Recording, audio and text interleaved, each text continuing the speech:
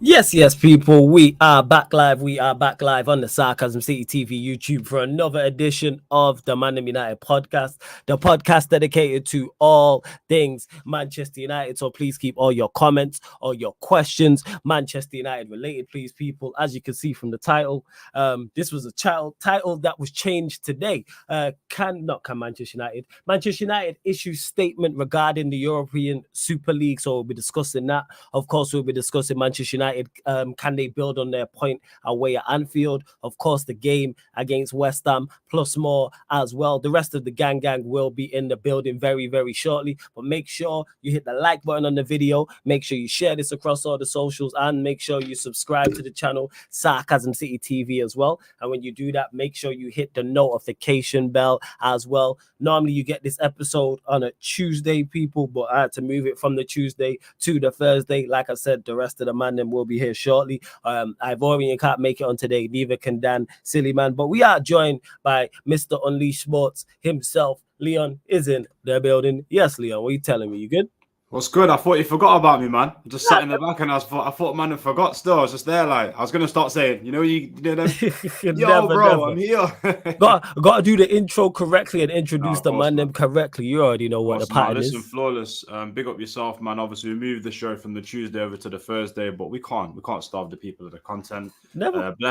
Blessed to be here, blessed for the opportunity, and I hope you are, my guy. Yeah, but all good, you already know. And apologies on the lateness as well, people. That is on me. And obviously, we're supposed to go at 4:30. But hey, we ended up at 5, but we're here, people. Black channel, black show. Sometimes we move late. You know what I'm saying? Like, that's just what it is, people. Yeah, that is what it is. You know what I mean? That's what I do to my brethren sometimes. I'm like, yeah, I'll be there, innit? And they're like, you know what, bro? Let's not expect him at 6 o'clock. He'll be there at 11. Hey, facts. Normally, I'm like closer to on time, people. But hey, things happen. But big up to everyone who is in the chat. Rhino will be here shortly as well. H, I see you. Big up to you. Stephanie G as well. Eli, Madon Sheik is in the building as well. Bat of Krypton as well, and he said saw the stream with Lee Gunner, he was 100% spot on. We will be discussing the Super League as well. Unleashed Sports, sorry, you can see it there. That's Leon's channel. I'm gonna add the link in the title in a second. Big up Raja as well. H is not having it. He's saying fuck the Super League. We will get to all of those things. Big up to Tony Claude every single time. Says big up Flawless as well.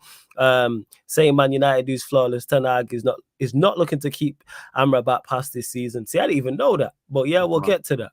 We'll get to that. You already know. Anyway. Yeah, big up Sheik every single time. And word to Matisse, man. Lateness is greatness as well. Yeah, H, I'm going to give my thoughts on the Super League overall. And I'm going to steal that. I'm going to walk in the room and just say, lateness is greatness, people. Yeah, anyway, man. Word to Matisse, man. You know what I'm saying? Word to Matisse. But yeah, your thoughts. Two questions actually, and one Leon, one on the Super League, obviously coming back around. Number one, and two, Manchester United releasing a statement saying that they are not interested in. I'm paraphrasing, but basically not interested in joining the Super League. Okay. Surprised me. Yeah, wow, that last bit, let's start with that. That surprised me. I thought the club would be all over that. I mean, we're a money generating machine. Obviously, one of the things I've seen you say over the period of you streaming quite consistently is that we would make more money if we was a more successful club. But at the same time, we are a greedy club who likes to put a little bit in and take a lot out.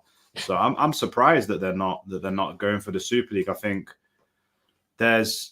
football is going to change, and I think they've got to be careful because obviously, like me and you, you know what? Actually, one of my best brethren who's an Arsenal fan, he's my brethren, but apart from that, bun yourself in it for your Arsenal fan. And Neji have got me into b-boy, you know. I've been seeing you watching it for a while, and this season I've been watching it. Yeah. Basketball's mad fun. Like once you start figuring out what's going on, basketball's a fun watch. 100%. Yeah, I was watching it. I was watching Thingy last night, Knicks last night, and then I was watching Pelicans night before, and then obviously I watched most of the in-season tournament. So sports changing, flawless. It's all about money, isn't it, really? It's all about generating as much as you can. I know a lot of the NBA have received backlash about the in-season tournament as well. I don't know how that's affected the playoffs. Maybe you can, I know we're going a bit off topic here, but maybe you can help me. Are they still doing playoffs and the in-season tournament at the same time? Yeah, so the in-season tournament is completely separate. So playoffs you get at the end of the season as normal. This in-season tournament, which is something new they've done in the regular season, that's all it is. But so it's completely separate. This is the first one. This is the first time they introduced it. Like it, not like it. People. But it was a good tournament. People were entertained by it. There was drama involved. People enjoyed the tournament 100%. So yeah. So I think answer to the question with the United not joining it. and what do I think of the Super League? Mm-hmm. I don't think the squads can handle it at the moment. We're already struggling with competing with Champions League, FA Cup, League Cup, Premier League, and now the Super League. And I feel like the World Cup showed what that can do to your squad. True. And I just think, I don't think we're ready for that yet. If you had 2 squads, then you can do something completely different. If we were allowed to have, I guess, financial fair play would be tweaked, so we were allowed to spend more. If you had to have a certain number in your, I don't know, what's the current squad, 20, 25? So it's 20, yeah, it's like 25. Yeah, it's like 25. Yeah. So if they said to you, you can have a 35-man squad, maybe it would work. The only way it would work for me is if it was run like basketball, where they can only sign a few key players, can't they? And the rest of the budget's got to go on the youngsters, hasn't it? Yeah. So if you blow your money on like KD NBA or LeBron stuff. or something, yeah, NBA stuff. But I'm just thinking because that's like the kind of America model that they're looking at, aren't they, in football? So I think it would only work if there's a bigger squad. But right now, I'm not into it, bro. What about yourself? So yeah, in regards to the Super League, there's more. I need to hear more in regards to what they're trying to do. I just want to correct myself. Yeah. But of Krypton's put, it replaces the UCL. Yeah, that's their See, this is why I was saying I need to hear more, because that was the original plan, and that's their plan now, is it for it to replace the Champions League. However, if, let's say, for instance, I don't know how it works, the English FA and all the other top European FAs say, well, we want no part of it in regards to teams qualifying for it through our domestic leagues. That's where it messes up. That's my major issue, is that the fact they tried to do the bully thing last time rather than actually talk with the FAs and sort it out. Because the actual format of the Super League, I don't mind. And this time they've changed it around as well, because Saeed said something along the lines of there'll be like 3 different leagues inside the Super League. Because before it was no relegation. Like there was no consequences for losing. I don't like that at all. Yeah, I don't like that. So that's my major issue. However, and I think also as well, you should be able to get into the competition if you qualify. There should be a metric for it. So say you finish top 3 in your domestic league, but you're not one of like the teams who are already in it. You should be able that's to what I was gonna. That's the next question I was going to say to you. So it would only be the teams that the top teams would always be in it. Yeah. So yeah. So that's what it is. And the thing is, I don't mind that if it's all of the top teams in there. Cool. But then, like I said, let's say Newcastle United finish inside the top 3. Let's say they finish 3rd in the Premier League. They should be eligible to qualify for it. And that's the same around all of Europe as well. I don't like there it. has to be some incentive. I don't like that, because what if you're a club like we see it in the FA Cup, like a Coventry or like a Blackburn, just somewhere where you're never going to get that opportunity, and you manage to play well enough to get into it, you'd be completely out of that. Do you know what I mean? Like the guys like Newcastle living their dream just being in the Champions League. So I don't know. Like I get what you're saying. But yeah, that's what I'm saying with Newcastle. That's why I said they should be eligible for it. But that's where they'll have to cross all the T's and dot all the I's in regards to the competition and how it's going to work. So what would the criteria be then, if that's what you're saying? They've not said. That's the thing. They've not said. Because we've got some like Manchester United and a few other European teams. I think PSG, Bayern Munich. There's a couple other teams who have rejected it. So my issue is, let's say you've got the Champions League, then you've got the Super League. And let's say some teams hypothetically say, all right, we want in the Super League. Then what happens? So you could have a thing where your top 4, 2 of the teams are going into the Super League and 2 of the teams are going into the Champions League. That then messes up everything. Like, so yeah, H is saying a lot of rejected. So yeah, that's what doesn't make sense. And this is what is so confusing. And this is what I've said it on Lee's channel. This is a car crash waiting to happen. Yeah, I can see that. It's a car crash waiting to happen. You have to sort it out. You can't have, all right, let's say it's Liverpool and Arsenal top 2 in the Premier League. They're like, all right, we're going in the Super League. And then 3rd and 4th is Manchester United and Spurs. And we say, those 2 teams say, we're going into the Champions League. Then that messes up both competitions. Yeah, 100%. That makes no sense. Like, this is why they need to really sit down and figure this out. Because the idea of the Super League, I'm not against. I don't mind the actual Super League at all. Plus, I seen some reports today saying that the UEFA are planning on not expanding the Champions League, because they were planning on changing it next year. And it was going to be more teams, more games, some daftness. But now with the Super League nonsense, reports are saying they're backtracking on that. So again, it's all a mess. It's all a mess. The saddest thing is it's not powered by what's best for football. It's powered by how you can make more money. Yeah, it's all a money grab. Yeah, so at the end of the day, it's like All a money the grab. Champions League is such a prestigious competition. Like you get so excited about Champions League football, whether you make it through the group stages, whether you're a lower team that gets, I don't know, lower quality team that gets knocked out, but you have a couple of amazing away days. Like you see teams literally go to like, I don't know, I was going to say Bayern, but no one's there. You see teams go away to big teams, beat them, and it's like they're, do you know what I mean? Even though they get knocked out the tournament, it's like the drama of that. Do you know what I'm saying? And I feel like if they play with the format too much, it's like the other conversation as well. I know we're going a bit off here when they say like we're going to change United into like all-star Reds and stuff like that. It just ruins like the heritage of. Do you know what I'm saying? I'm not feeling that. Yeah. I'm not feeling that. So that's it. Interesting. And to Sheik, who says it would be either or flawless, they're trying to use the Super League to replace the Champions League. Yeah, I hear that, Sheik, and I get what you're saying. But that's the point I was making is then you have to talk and sit down with all of the governing bodies to figure that out if they want it to replace the Champions League. You can't just bring it. You can't just create it and say, right, this is creating the Champions League. Exactly. Like, no, there needs to be some form of You'd have to conversation. take a lot of elements from the Champions League as well. Exactly. With everybody. Yeah, like you have to like sort it out. Would I rather the Super League or the Champions League? Says H. I don't know because I can't answer that. You don't know the format.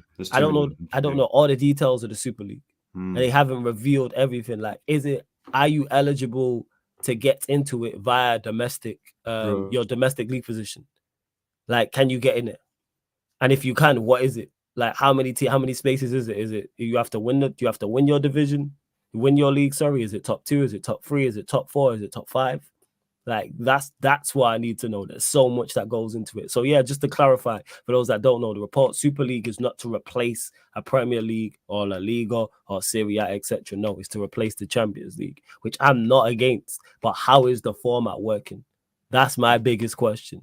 And how does it work? You're right to question it, because when we look at stuff like VAR, which at the start looked amazing, now you're questioning it. Do you know what I mean? It's got to be the way things run, and do you know what I mean? Like it's you don't want to. I think in my opinion, when you start making the game too intricate, you take away from the game. So you've got to find that balance. Like if they make it so intricate with it's like, okay, we don't recognize this tournament anymore, then people are just going to want Champions League on this. So. Yeah. So I don't know how people can be against the Super League when they've not revealed all the info. Well, Battle of Krypton said it's all free. Yeah. It's a free division. It's a free division format. Yeah. It's a free division format. So how would that work? Yeah, exactly. So what? So do you reckon? So you'd have like the top teams, but in not as good a leagues, would be in the bottom. Actually, you don't know, do you? That's the thing is, like with the leagues and then the free leagues, could you go up from say the 3rd division in the Super League to the 2nd? And then would it be 3rd place finishers in each league's going that one?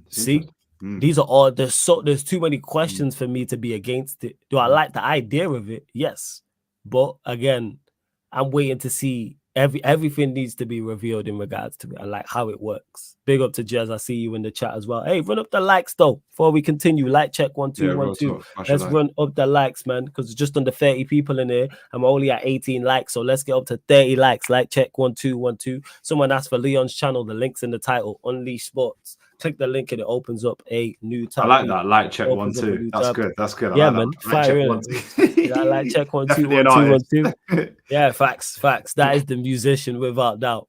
That is the musician. Hey, big up to Starlord. Says big up Flawless. Merry Christmas, fella. Merry Christmas to you, man, and everyone else celebrating as well. Also, shout out Starlord. I'll be watching you this Christmas. Guardians of the Galaxy is a good film, and I'll be locking into that, man. So. Guardians of the Galaxy is fire. Yeah. I'm a big Marvel fan. It's fire. Yeah, it's fire. Hey, Disabled Team, big up. Good to see so many members in the chat as well. Link for the membership is in the pinned comment. Obviously, you lot continue to get your questions in. Please just keep them Manchester United related. And of course, if you super chat, myself and Leon will get straight to your comment and question as well. And yeah, that's another thing I do like. This is another thing I do like in regards to the Super League. Super League showing free football. Yeah, run it me then. Sky and TNT, Debo in my account every month. That's another thing. For those that don't know, they're saying that you wouldn't have to pay a subscription service for it. It'd be free to watch. On what? I don't know yet. But again, this comes back to another question. But the idea of it, fantastic. Well, to be honest with you, all sports are going on to apps now, aren't they? If they copy the boxing model to Zone, they've literally monopolized the market and put it on all on one app. But obviously the danger, it's a balance in there, because the danger is now. I was in my barbershop yesterday and the guy was saying to me, everyone's cancelled Netflix, man, because they put that new thing in where it's like you got to pay. There aren't but he's from Grenada, so basically his sister can't watch it on his account anymore. It's got to be the same household. So if you've got Netflix, they're doing the same household thing. It's only your house. it's no one else outside your house, innit? So then when I said, Netflix nah, messing cut. up. You know, it's like, Caribbean people when it goes up, so like, no, cut. Yeah, forget all that. Like Yeah, like Netflix, like it's trash. You know what I'm saying? Like, let's call a spade a spade. It's like no wonder people just start having sex. Like, it's that bad. I get it, man. Netflix and chill became a thing because it's bad. Just chill. That's why it's a thing. Yo, Netflix and chill became a thing because the selection is not good on there. If it was I like it. Like, if it was a fire platform with bare fire things on it, people like, you wouldn't get that if the app was fire. Like, Netflix is like, I've never heard anyone say, even people who have it just happen to have it. Man said it's just background noise. Literally it's legit just background. It's just background noise. You know what I'm saying? Like, I've had Netflix before. Like, I've never paid for it. It was like through someone else's account, like a family member or something like that. And it's like, even when I've not got it, it's like, there's nothing on there that I'm like, yeah, I'd go and definitely watch that. Let me go get Netflix. Like, it's really not. You tagged me. Where did you tag me, H? Let me know. Let me know where you've tagged me so I can read that as well. And yeah, Bata Krypton says they're trying to do the Disney Plus and Netflix thing. Yeah, which makes sense. Like Leon said, that's the way where things are going in particular sport is apps and things of that nature. See, Jess said it. I use it when we need some in the background noise playing on FM. Yeah, he's playing. These comments are about to go wild now. I can just tell they're about to wild out. The comments are about to wild out now. Yeah, the idea is to give the viewership to people. I can see Amazon, Netflix, other subscriptions signing deals with the Super League and that first. Wasn't there a rumor that the Premier League were going to make their own app? I did hear this. I did hear about that. Which, you know what, would make perfect. Like, it would make perfect sense for them to do that if they just paid, kind of like they have stateside, where you have like Peacock, for instance, where you get the vast majority of the games. If the Premier League had an app where you get all the games all year round, let's say it was £25 a month, people won't buy that. Yeah, it was £25 a month or something like that, or something of along that nature. 20, even £15, even less than that. If it was £10 a month and you get all the games, people are signing up. I'm saying people are signing up, but they're greedy. So this is it. Super League potential format announced. 64 teams, 3 divisions, Star, Gold, and Blue. Terrible division names, by the way. With promotions and relegations. Say that again. What were the division names? Division names: Star, Gold, and Blue. So you can come up with better names than that, man. They could have just easily called it Platinum, Gold, and Silver. Like Star, Gold, and Blue, but hey, we moved.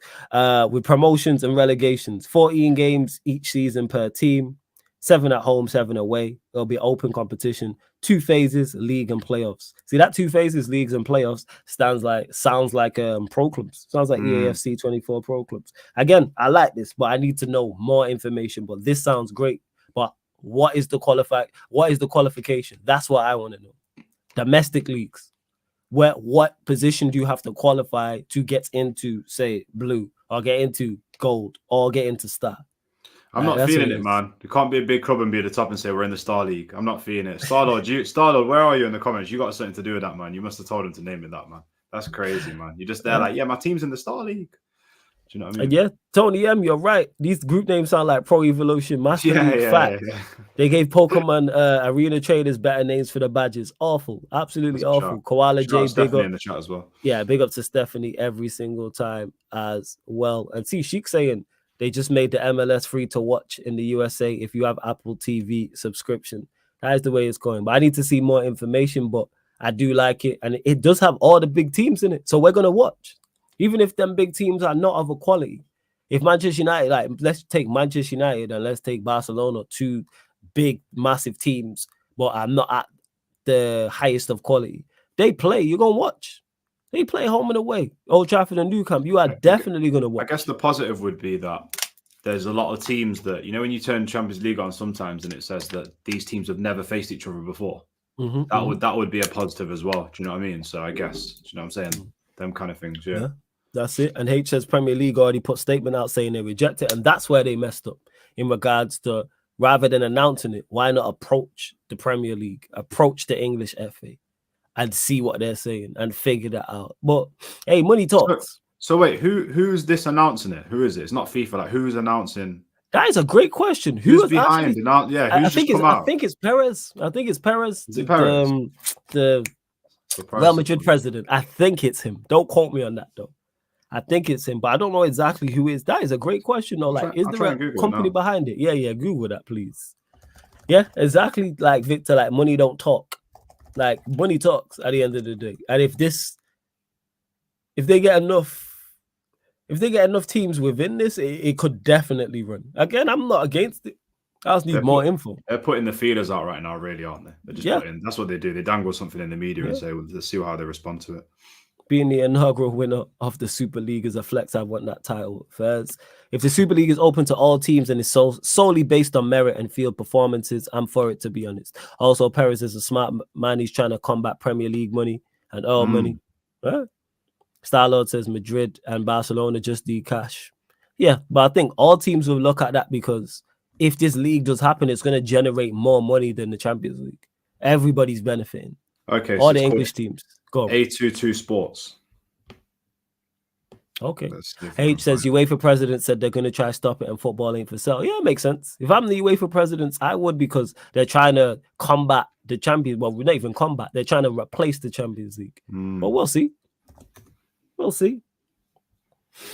Yeah. And that's it. That's my thoughts on it. If they get enough money and teams together, they are literally unstoppable. Everyone would end up joining, in my opinion. Yes, because all it takes is enough of the major European teams to leave the Champions League and go to leave the Champions League and go to the Super League. Then that weakens the Champions League, which then weakens the financial firepower of the Champions League. And then teams are going to look to leave. Let's say, for instance, Manchester United, Liverpool, Real Madrid, Barcelona, PSG. Let's say those five. And before, no one in the chat say, well, those five have rejected it. I'm just taking those five as examples. So let's take those 5 teams. If they all agree to leave the Champions League and go to the Super League, that significantly makes the Champions League a weaker product. Yes. That lowers the profit if you take those 5 teams out of it. That's what it is. So it's gonna be interesting, man.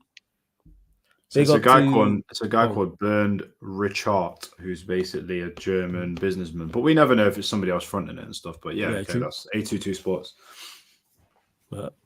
And big up to Andrew Wright for the super chat. Much appreciated. Says people are brainwashed by UEFA and FIFA. Too funny. Elaborate on this when you say this, Andrew. Please let us know what you mean by this when you say people are brainwashed by UEFA and FIFA. But yeah, anything is for, especially in football. If it's got enough money, it could happen. Same way people thought there'd never be World Cup in Qatar. And look what happened. Money moves the needle. In particular, a high-level sport. Yeah, go on. What do you think that I'm trying to think what sport this is in. Do you think a format would work in football whereby you could play home and away games? We do it in the Champions League, but home and away games in the same week. Do you think something like that could work? So, for example, we go to Barcelona, we play them, and then 3 days later they come to us and play us. As much as people would complain about it from players being fatigued, that makes perfect sense. That's the type of thing they would do.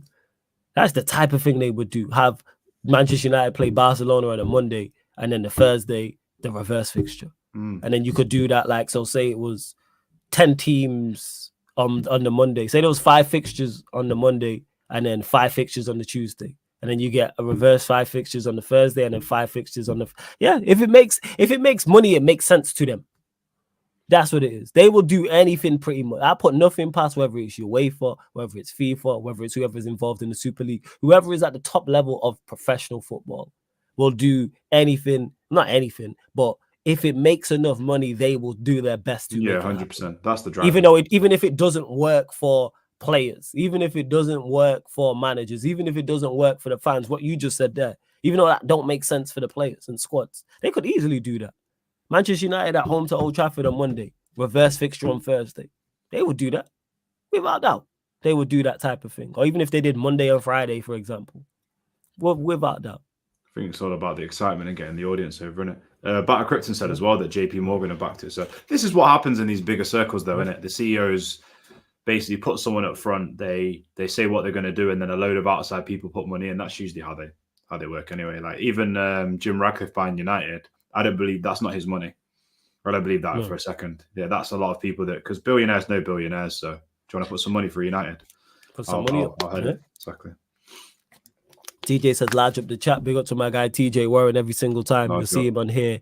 Midnight UK time, people. You will. Andrew, big up for the super chat because he says they brainwash because they think the Super League doesn't already exist.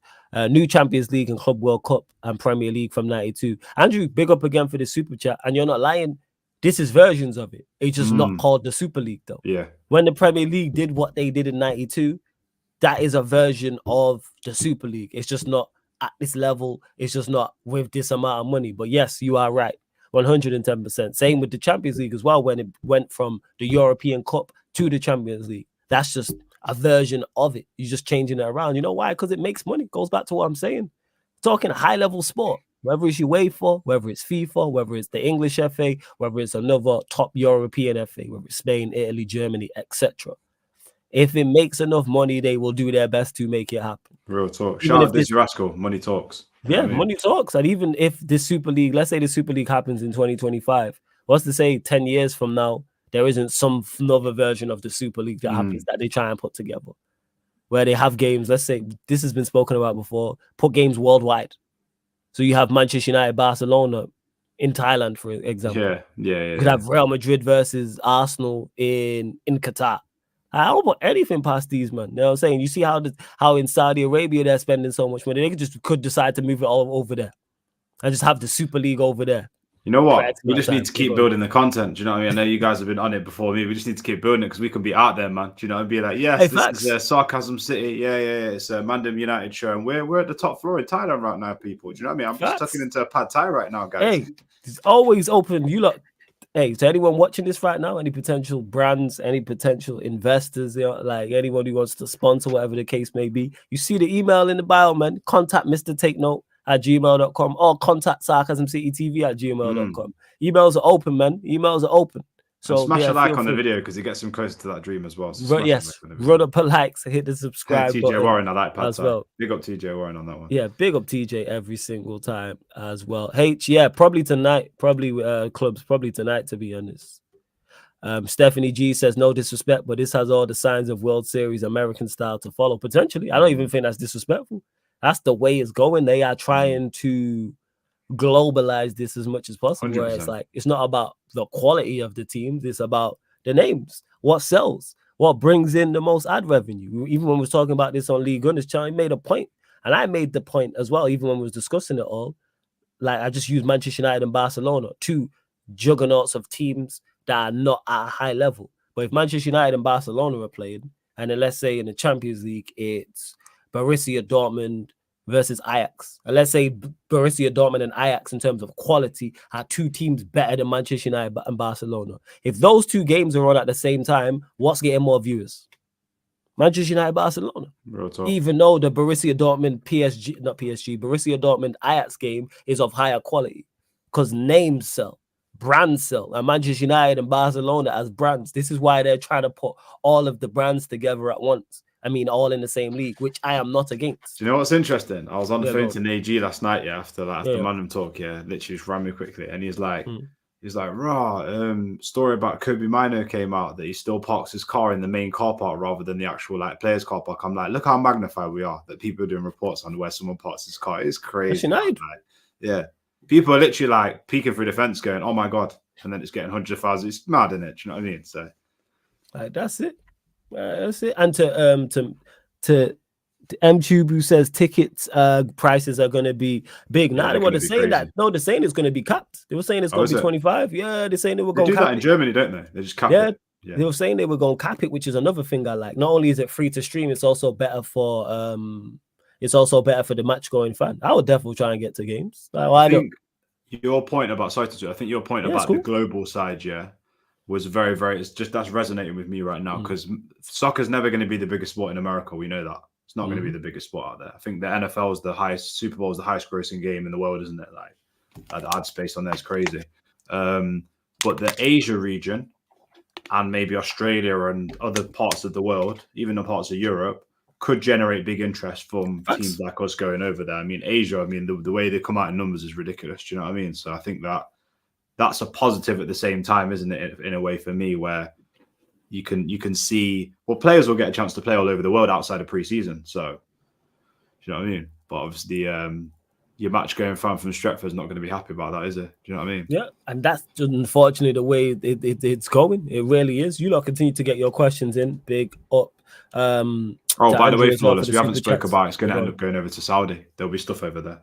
That's why I mentioned Saudi. Because all sports, everything's going Saudi. Obviously, you be following boxing much more than I do. You know what I'm saying? Because I'm just like, well, you're much more hardcore with the boxing, whereas I'm not a casual, but I'm not hardcore. But I see everything going over there. You know what I'm saying? Whether it is the boxing, whether it is Formula One, whether it is wrestling, like you see so much. And I'm all for it. As much money, the more money in the sport, the better.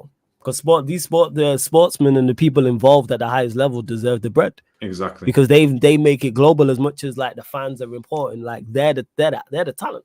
You take away them, there's no sport whatsoever. So I'm all for it. Like in regards to things going Saudi, but it does have to be right. And I know you are asking questions as well. And this is the thing. H says, do you think that's to do with all the protests from last time? Yeah, because I think they rolled it out wrong. The rollout this time with the Super League is much better. That's why I think you're seeing less backlash. This is why you're seeing less. Like I was totally against it first time round because there was no relegation. It's like, what kind of rubbish is that? Yeah, so you're taking away that competitive edge. There was no way that other teams were eligible to get into it. So I'm against that. But now they're saying it's 3 different divisions. Now they're saying teams can be relegated. Now they're saying teams can be promoted. We still don't know if teams can actually get into it. That's still one of my biggest issues. There's so much as well. It's like the 3 cups now, but in one. Have I got that right? It's like the Conference League, the Europa, and the Champions League all joined together at the same time. Imagine. Maybe you can kind of look at that. Because if you win the conference, you go to the Europa. If you win the Europa, you go Champions League. But I guess it would be leagues. Yeah. And that's another thing is another thing we don't know. But that's a very, very right now, point. People. This is all speculation. This is why I'm not against it. Because even Koala J says, are they taking the football team coefficients into consideration, or would it be every club starting on a clean slate? That's another thing. I don't know. Are they taking them into consideration? Do they wipe the slate clean? Do they even have coefficients going forward? Like these are all things that need to be answered. I'm not gonna lie though. One positive for me that I can see from it is if they do roll out the global thing like you were saying, yeah, younger players from clubs, maybe like I was going to say Everton. No, I was going to say, I'm just thinking maybe like a Villa or something, players from there who would have never got the chance apart from outside of pre-season, or if they're an international footballer as a player on other parts of the world, will actually get a chance to get out of their country and to go and experience football outside, which could be a positive for them. Do you know what I mean? Like younger kids and get seen on a bigger stage. If you break through on a stage like that, you could end up changing your family's life, to be honest. So, and that's legit. Like, what are the chances of a championship team ever qualifying for the Super League Blue if that is the lower level one? Again, all speculation, Koala J. We're unsure in regards to how would it work. Obviously, you'd have to be in the Premier League, I believe, to qualify for it. But then you should be able to if you finish in a certain spot in the domestic Koala J league. Support a championship team, or is he a United fan? No, he's a United fan, Koala J, I believe so. Yeah. Might have a local team, might be Charlton or something. Who knows? Nah, I think so anyway. I think so. Starlord says, I don't like it. I prefer the Champions League. After a couple seasons of Super League, when playing Barcelona and Co regularly, it'll become normal and boring. Here's the thing is with that, Starlord, the reason why I don't think it would become regular and boring, one, because it will always be, even if it's more regular, it will always be a big game. Number one, first and foremost. Because we've seen that, like, when teams have faced each other 4 or 5 years, and we watched it with Chelsea and Liverpool in the early 2000s, where they consistently played each other in the Champions League, and it became a rivalry after that. It was like 3-4 years in a row. Chelsea fan or a Liverpool fan in the chat will remember it better, will be able to tell you better than I can. And also, if you add in new teams to it as well.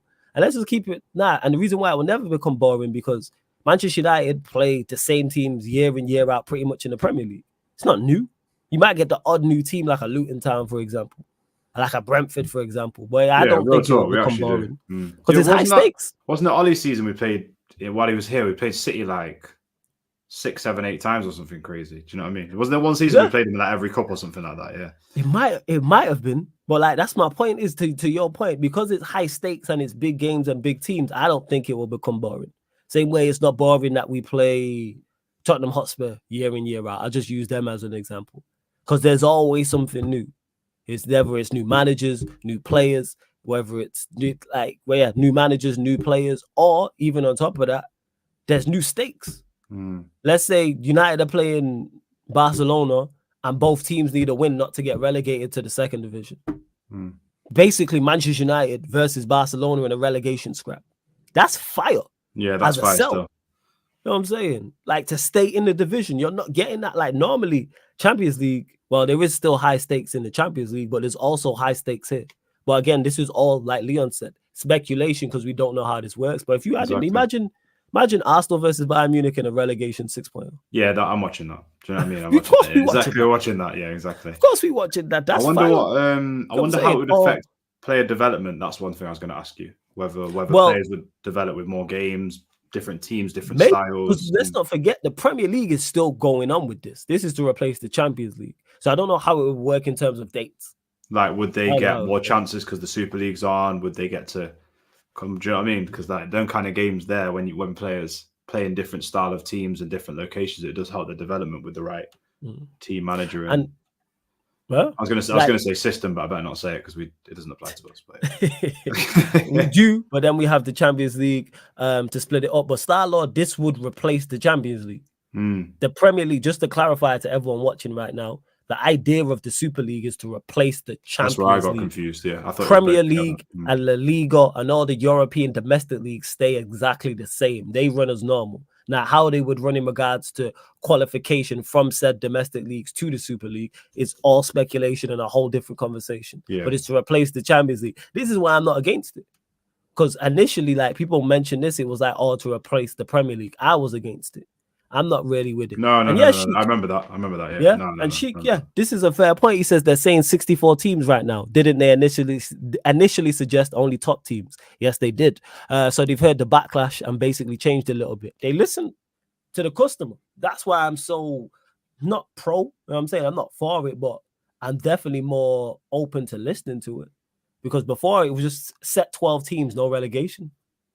Fuck that. That's dead. However, this 64 teams, 3 different divisions. All right. I really like the idea. Like I said, imagine Manchester, before I cut you off, sorry to cut you off, Manchester United, Liverpool. I just keep using it as an example. Manchester United versus Liverpool in the second tier, trying to get promoted to the first tier. And it's one game. And the winner gets promoted. That's fire to me. Yeah. I'd love to see that. Or Real Madrid, live in Greece or Australia. Do you know what I mean? Yeah, exactly. Do you know what I mean? Oh, imagine if they have games in Jamaica. Oh my God. Yo, that's fire. Yeah, that's fire, man. That's fire. United playing Jamaica. Yeah, that's mad. That's mad. Now I think with the players, it's like what's interesting me is the player side. I think like them getting different exposure to different places and stuff like that. I think it's definitely interesting because like if you're saying 64 teams, then it opens up a lot. Yeah, it's interesting, man. Yeah. I don't know whether like. I'm just, you know what? I'm going to ask you the same questions, but we don't know the answer to them. It's that I want to know what this format is now. We don't. This is what's the format? This is why I'm sorry that if you're against it, you're hating because you don't have all the information. What currently is there not to like about the Super League from what we know? Everything I've heard I like so far, but I still need to be hearing more to be like, all right, I'm against it or I'm with it. But so far, it sounds good. And like Sheik mentioned in his comment, they've listened to the criticism they received first time round. So it's not set teams. There is promotion, there is relegation. All right. And Stephanie G says, does Europa League and Conference League still exist? Or is that included in this? I presume that Europa League and Conference League would be scrapped. That would just be me. That's all I would say. And yes, TJ, you are spot on with this comment. He said, everybody click the link in the title, people. Subscribe to @UnleashSports_Expeditions. That is Leon's channel. The link's in the title. And by the way, people, we are going to be live doing the Day of Reckoning. Anthony Joshua's fighting Otto Wallin and Deontay Wilder against Parker. So I'll be live at just after 6:30. Well, when Flawless finishes, I'll be live and we'll be going through the card with my good friend Danny. Flawless, if you got time, you're more than welcome to join us. But we're breaking down the card and that my friend Danny is cousins with Craig Richards, who's a boxer, light heavyweight boxer. Okay. He's got his own little boxing podcast channel, so we're going to be doing that. But anyway, you're here at Sarcasm City. Make sure you smash a like on the video and subscribe, man. Because like I said, if the games end up out in Jamaica, Flawless is going to need your help, man, to get out. Do you know what I'm saying? To get out there and to get. I got an excuse to get out there. Anyway, I got family tree over there, so it's an excuse to go over there still. My aunt's always telling me I need to go over because she's just over there, just living life. Yeah, like, that's what it is. So they always say just come stay with us, isn't it? Like, do you know what I'm saying? Like my aunt's been on it. Like she'd say, you need to get out here. You need to come meet all your cousins and the rest of the fuck. I got fam out there I've never met, so it's like it makes sense to get out there. Fam, you live for 1 year, you've got fam you haven't met. That's why I go every time I go carnival. There's a new cousin or someone to meet. Do you know, every single time. Yo, serious, like, man. Yeah, you serious. know, Rares. This is her daughter's, and that she's had a daughter, and I'll be like, well, she's like, what the hell? Do you know what I mean? So, Caribbean families, man. That's the way we're rolling it. I hear you. And hey, Jez, after yesterday, Jez, you need to relax. He says we need games in Sweden for the culture flawless. This guy, yo. Hey, for those that don't know what I'm talking about, just go watch the Sarcasm City Sports Q&A. Go watch the Jez disaster class. Big up to Ends, who says, bless up, bro. Bless up to the chat. Hey, Ends, man, big up. Good to see you in the chat as well. I'm gonna mod you in a second. Let me know if you're about for clubs. I'm looking to run clubs at 8:30. I was gonna message you, but I ain't gonna lie, I took a nap. But yeah, you lot continue to run up the likes, like 40 likes. Let's get up to 50 likes, people. Make sure, whether you're watching this live right now, watching this back, big up to everyone listening on the audio platforms. Share across all the socials as well, as That's Me Flawless across all socials, at Sarcasm City TV across all socials as well, people. See, I don't even got the display names on. There we go. Boom. There we go. Got the display names on. I took that off yesterday, people. There is.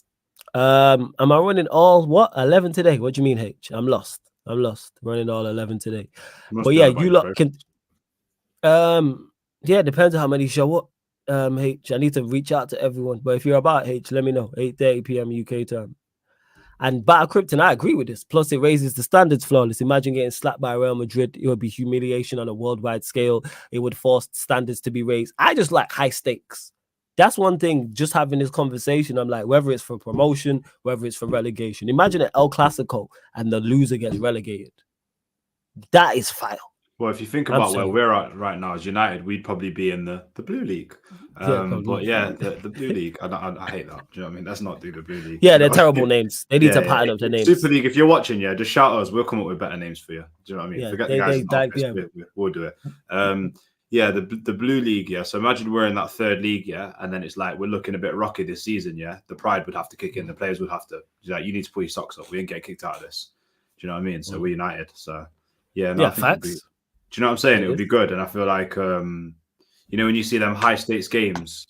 No, it's not my debut, man. But no, Flawless give me. I've been just to clarify to Stephanie G. Yeah, normally this is the Tuesday edition, so it's myself, Leon's on permanently with Ivorian, Rhino, and Dan Sillyman. It's just that the others couldn't make it on today. That's all it is. But the show must go on. You don't know the vibes. Yeah, go on, carry on, Leon.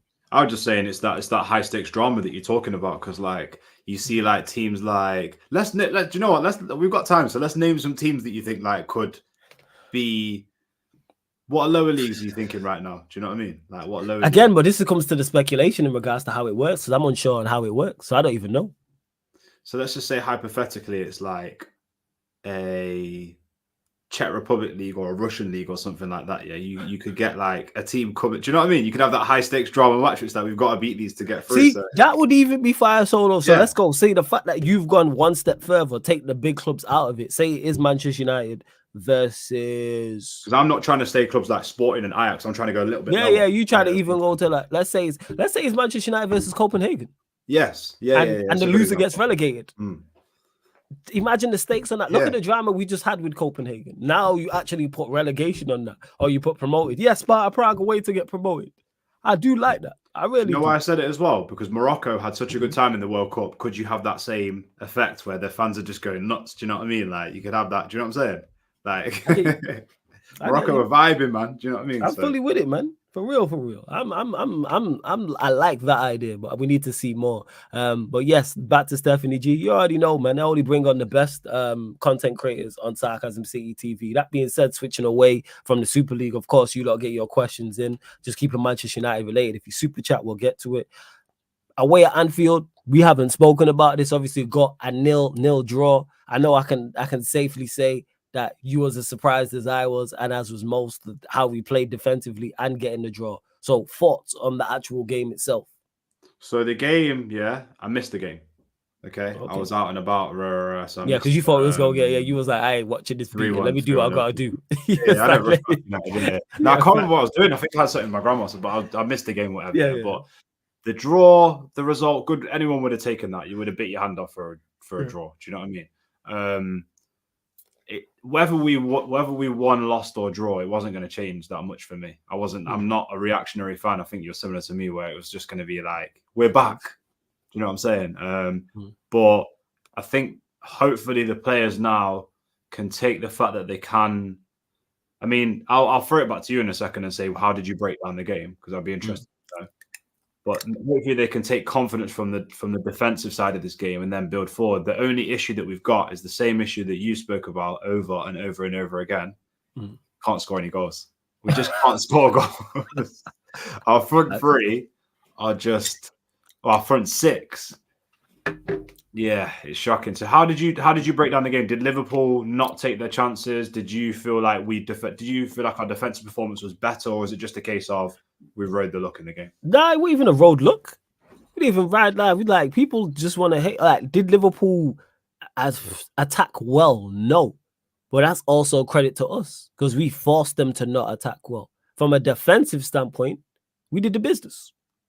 We were what I've been asking for all season long. Competent, organized unit. And we went to one of the toughest places in the league. And it wasn't like Onana made save after save. It wasn't like, we cleared loads of shots off the line, etc., etc. Like, no, it was thoroughly deserved. And thoroughly deserved point. And that's what pleased me most about the game. There's been many games we've watched this season where United have won the game and it's go, yeah, we didn't deserve that from a performance perspective. From a performance perspective, we did. And that's why it dispels this whole stupid myth about, you need your whole 11 fit to be a cohesive unit. Exactly. Bullshit. Absolute bullshit. And we've seen that against Liverpool, where it was Onana who has been heavily criticized all season long, rightfully so. Varane was man of the match and just showed his class. Johnny Evans, who people criticize all the time, will tell you he's not good enough. Luke Shaw and Dalot, heavily criticized all the time, made those 17, 18 years old. Amrabat, who the manager saying it was being told, according to Fabrizio Romano, that the manager don't want him. McTominay's McTominay. Yeah, we went there and looked like an organized unit. Why is that? Tells you all you need to know in regards to people making excuses for this manager and excuses for these players. But in regards to the game, props to him. Props to the players in particular, because they went there and for the first time all season long, when I've said before a game, don't embarrass us, they didn't embarrass us. Even if we would have lost the game, let's say we would have conceded in the 70th minute and then conceded late on and lost the game 2-0. Of course, I'd be disappointed about the result, but I would not be disappointed about the performance. Yeah, you mentioned our attack. Our attack's weak. I know our attack's rubbish. It's so us going there and struggling going forward to create, even though we created the best chance of the game and Hojlund should have scored, didn't surprise me. Attack's limited. It's Garnacho, Antony, Hojlund, McTominay. That was our attacking four. We were never going to create anything too tough. Like, I'm not really, so that's just acceptance. You know what? That's the peak thing. When you see the lineup, sometimes you're like, yeah, we ain't doing that today. Yeah. But people will tell you this attack is the one, but we are missing, the most elite chance creator in Europe in the past 5 years. So people actually say that to you. Say what about what? The attack's the one, really? I've not. Not about the attack being the one, but we are missing, the guy who's created the most chances in Europe in the past 5 years. So when he comes back, we'll be all right. We'll be all right, Leon. You know what I'm saying? Once he comes back, we'll be fine, man. Oh yeah, and you know what as well? Yeah, I want to make a statement. Yeah, it's not on here, but you know all the people that come on my channel and Said's and say I look like Bruno.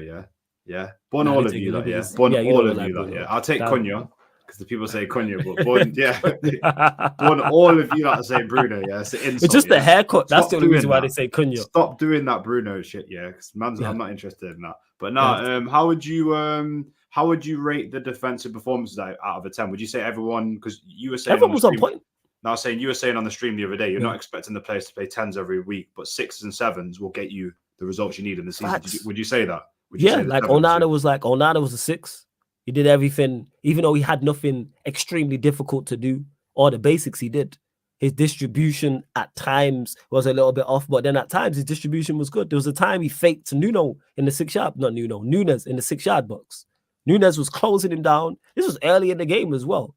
And he's not Cruyff turned, but he's turned him. He's faked him. Yeah, he's got that in his sent him. So yeah, he was a 6. Varane was incredible. He was like an 8, 9. The amount of interceptions, blocks we got. Important interceptions and important blocks, and just like nudging Liverpool attackers off balance when they're going to shoot and things of that nature. Like, we did a lot of that. Like, I don't know the numbers, but I guarantee that's one of our highest games in regards to interceptions and blocks and defensive prowess, without doubt. So Varane, I give it 8.92. Johnny Evans is 6. Dalot and Shaw, who I was very concerned about before the game, did the business. Locked up Diaz and Salah. Had no change out of them. Maino was our best midfielder. He was good defensively and good on the ball. I mean, he's consistently just... Amrabat was good defensively, not so good on the ball. And then McTominay. He's only good for set pieces. That's it. Like, he's only good for defending set pieces. That's the one thing I'll say, yeah. But other than that, well, yeah, it ties into what... We're in 2023 and our number 10 is only good for set pieces. I mean, yeah, he's only good for defending set pieces. But you mentioned it there in regards to, I'm not asking for 10s out of 10s every week. Give me 6s and 7s, and that's what we did. Varane was the standout. Everyone around him was 6s and 7s, and all of a sudden we look like a defensive unit. It's crazy. I'm saying it's crazy that he plays 2 people in a double pivot, and all of a sudden we look how we did last season. I've been screaming for it all season. You got to give yourself that foundation and base. Do you know what I mean? Like, it's mad. I mean, Maino's good. I think with Amrabat, do you feel like his game can improve? Do you feel like, because I try not to judge these players. Like, I know Traps, me and him were going back and forth. He was saying, oh, he's had 3 games. I'm like, bro, 3 games is not enough to build momentum sometimes. You need a bit longer. So do you feel like Amrabat, or do you feel like you've seen enough where it's like, I don't think he can do that much more? No, Amrabat, a squad player. That's why I look at him as a squad player. I do feel like we should have kept Sabitzer. I feel like he would have been a lot better. Do you know what I mean? But that's what we need. We need the 6s and 7s, I guess. How are we going to score these goals, Flawless? Let me into your mastermind about how we're going. Yo, set pieces. This is the only way. Get it in the mixer. Flawless, man. Corners and free kicks. That's how we gonna score. Corners and free kicks. We don't even get it past the first man on the corner. All right, so forget corners, free kicks. You just get free kicks. And we got to work on our set pieces. Put it in the mixer. Yeah, we can't. You know what I'm saying? I'll give the ball to the most elite chance creator in the past 5 years. God. Give it to him. God. Right? He is top of the list. He has the most chance created in Europe in the past 5 years. So give it to our captain. Big chances as well. We'll be all right. Yeah, big chances. Big chances. Yeah. Hey, give it to that. You know what? That's the answer to your question, Leon. Give the ball to the player who has the most big chances created in the past 5 years in Europe. He's top of the stat list. Give the ball to him. I think that because he's been working fairly well this season. So yeah, I give the ball to him. You know what? I'm pinning all my hopes on January that we get some old man striker and he comes in and just plays well. Do you know what I mean? Bring back Igalo, man. Big up Igalo, man. I said bring back Igalo. This is Sheik says this is Klopp. Says things clicked tonight when they didn't on Sunday. Obviously, he's talking about Liverpool beating West Ham 5-1 in the Carabao Cup. I'm not sure I'm allowed to talk about what Man United did, but they defended deeply. Yeah, the thing is though, like you should break that down then, mate. Klopp with this, Van Dijk saying what he's saying. Was we supposed to go there and play a high line? Is that what we were supposed to do? I think I seen Flex say this on DR Sports. Shout out to Flex. Oh, yeah, play a high line so you lot can pack us like you did last season and us play open and expansive. When have we ever gone to Liverpool and played open and expansive? Even when Van Gaal played, when we won there, I think it was 2-0, and Juan Mata turned Anfield into Anfield and we dominated possession. We didn't play with a high line. When has this ever happened in the entirety of the Premier League? Like, we're the opposition. We're not supposed to make it easy for you.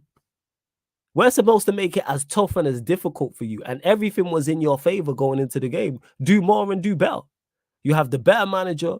You have the better individuals. You have the better 11. You have the better bench. And it's at Anfield. And you're the team that's most informed. You scored more goals than us. You've conceded less. You're much more confident than us leading. Everything was in your favor. But yet still, that wasn't enough. We were supposed to come there and just be like, all right, let's play on the halfway line. And you lot just running back. No, break us down. You have all this talent, all these creative players. You got Salah out there. You got Nunes. You've got Diaz. You got Szoboszlai. You had Gravenberch was out there. You got Trent. You got Shimikas. Who else came off the bench? It was Gakpo came off the bench. Couple others. Break us down. It's not our fault that you couldn't break us down. Well, here's the thing. If they're going to win a Premier League, which I thought at one point, a few games ago, they were going to overtake and be the favourites there at one point because City was slipping. You're going to play against all these teams that are going to sit and low block. Half the table is going to do that to you. So, yeah, most of the people going Anfield. All it is with those guys is they're crying because they know that their form's not been good over the last few games. They've been getting results, but all the Liverpool fans have been telling me the form's not been that good. And they're crying about they haven't got a 6 and all this sort of thing, but they've just hit that stumbling block, and they know they should have taken. You know, when the other team's slipping, you should take the points. That's what happened. Yeah. So, that's it. Like, it's not. We don't want you to win the Premier League. We don't want you to win the Prem. So yeah, it's all facts. You know what I'm saying, fuck Liverpool. And big up to Stephanie G. She says, just sub to Leon, catch you all later. Big up Stephanie G every single time as well. Like, it's not our fault. We're not supposed to make it easy for you. It's like, what we doing here? It's like everyone was playing clubs. Why does Klopp always make excuses as well when he's thinking? What did he say one time? The wind. Yeah, the wind. So the wind one time. What do you mean, the wind? Shut up, the God, wind. Man, you're comedy, man. The wind, man. Next thing go say the grass was too long. You know what I'm saying? Or it was too green. Yeah, it was green. It was too green. You know what I'm saying? And the goalpost was too white. Like, that's what it was. Like, whatever. Yeah, I got it, Sheik. I did start that as well. I get to it. It's like on clubs, when we was running clubs, I was playing with a back three, and people was like, oh, playing with a back three. Man's here to win. The fuck? Did it work? Like, it's extra stuff. Like, what we talking about? In particular on a game where it's like, man, I ain't here for style points. I'm here to win. Too many people want style points. How about you pick up? I've said it before. I say it again. Manchester United won a league title, winning 5 league games away from home. Did anyone care that season? Absolutely not. Let me repeat that, people. Manchester United won a league title, and we won 5 games away from home. We won 4 last season, and people still talk about Ten Hag's away form now. But that's because we didn't win the league. But that goes to show we were awful away from home that season. Out of all games, and we won 5. Flawless, you think you'll sit deep again or try to take the game to West Ham? Who knows? It depends on what team he plays.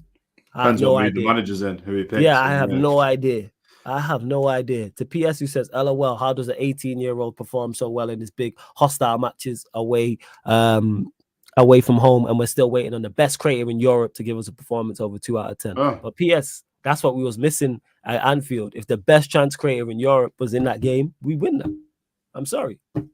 We win it. We create some more chances. Yeah, I'll let you respond to this as well, Leon. And Rashford comes back into form, which he's been playing for all season as well. Then we win it, man. That's how we do it, man. That's how we do it. No, I think, Mino, it's all about football IQ, people. It's all about football IQ. You've either got it or you haven't. I know I've seen you and Rance talking about this quite a bit as well, and it's so evident, man. When you've got IQ, you can see it from such a young age. And this kid, it's interesting because he's everything that Bruno's not. And obviously, they're 2 different types of players, 2 different positions. But he's so intelligent at reading the game. They say that good defenders, they look at the game like a funnel, don't they? They literally pick the ball off the back 4. They open up, and the whole picture's ahead of them, and they can see a whole picture.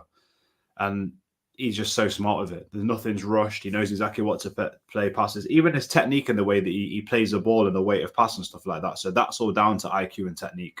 So I think, for him, he doesn't let pressure get to him because he's very, when someone's fixed on the process, he just knows this is my job. I need to stay focused. I know what I need to do. All of this other stuff isn't important. Do you know what I mean? Whereas Bruno gets way too excited sometimes. The amount of times I've seen him just trying to smash it from 40 yards. Like, that's why I was a bit annoyed when he got the goal.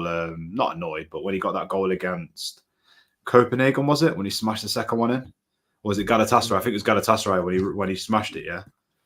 Okay. Oh, outside the box with top Platinum games. Yeah, I Platinum game. Yeah, it was Galatasaray. Yeah, he scored a banger. Yeah, that gives him an excuse to do that again. And sometimes not the right position to do it. So, but no, Mino's one of those. He's looking like he could form into a generational talent, but only time will tell. I don't like to rush these players. We'll see what happens. Yeah, we'll see. But PS, man, Bruno will turn it around. Like I say, like you said there, best chance creator in Europe, man. Tells you he'll turn the GA around. Yeah, GA. Facts. GA, yeah, cool. In particular, the A. Sheik says a striker and a right-sided centre-back are on the Manchester United list for January, but indications suggest the signings must be cheap, on loan, or facilitated by departures. That's from David Ornstein. Thoughts on this, Leon? Said it yesterday. Donny will come out. We'll loan somebody in. Probably won't be a midfielder, even though, like, Danny was saying on, Devil in the Details, Danny. Danny hit the nail on the head, yeah. He was saying that Ten Hag doesn't, because people are saying he's changed his fundamental system within the team. He hasn't. This is what he's always believed. He just doesn't, he neglects 2 8s or 2 6s. He's just not his style. He likes the 1-6, which shows his naivety in the Prem. So I feel like he's not going to invest in the midfield. Donny will come out. We'll loan a cheap striker or a forward. It's probably going to be a winger or a striker, people. And centre back, I think it'll be 1 in, 1 out. That window done. I can't see anything else. I mean, really, what we should be doing is we should be loaning. We ain't gonna buy no one. People are talking about what's his name, Tadibo. We're not gonna buy Tadibo. You really think? You think if Tottenham go, here's 40 million, we're just gonna pull 40 million out? Yes. In regards to this, again, United moving backwards. This should have been sorted in the summer. We needed a striker, another striker in the summer alongside Hojlund, and we needed a right-sided centre-back in the summer. So why is it now? Why is it? And even if it's signings are cheap or a loan or facilitated by departures, we got a lot of people to get rid of.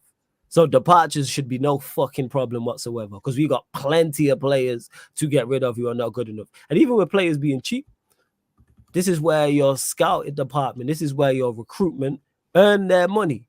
Go and find a cheap replacement who is of a certain quality. Because even the right-sided centre-back, I'm not saying you have to be the finished article. I'm just saying be better than Harry Maguire or Lindelof.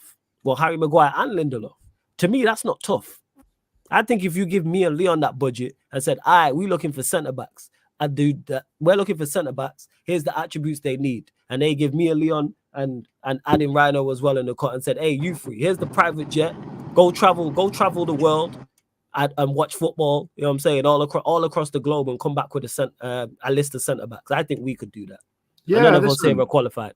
100. Shout out Rhino in the building as well, man. Sounds like he's in transit to pick up a player right now, man. Yes, Rhino. Go get as a centre-back, Rhino, or right winger. Yeah, facts. Yeah. No, apologies, people, man. I'm just sorting out some stuff, so I'm a bit delayed.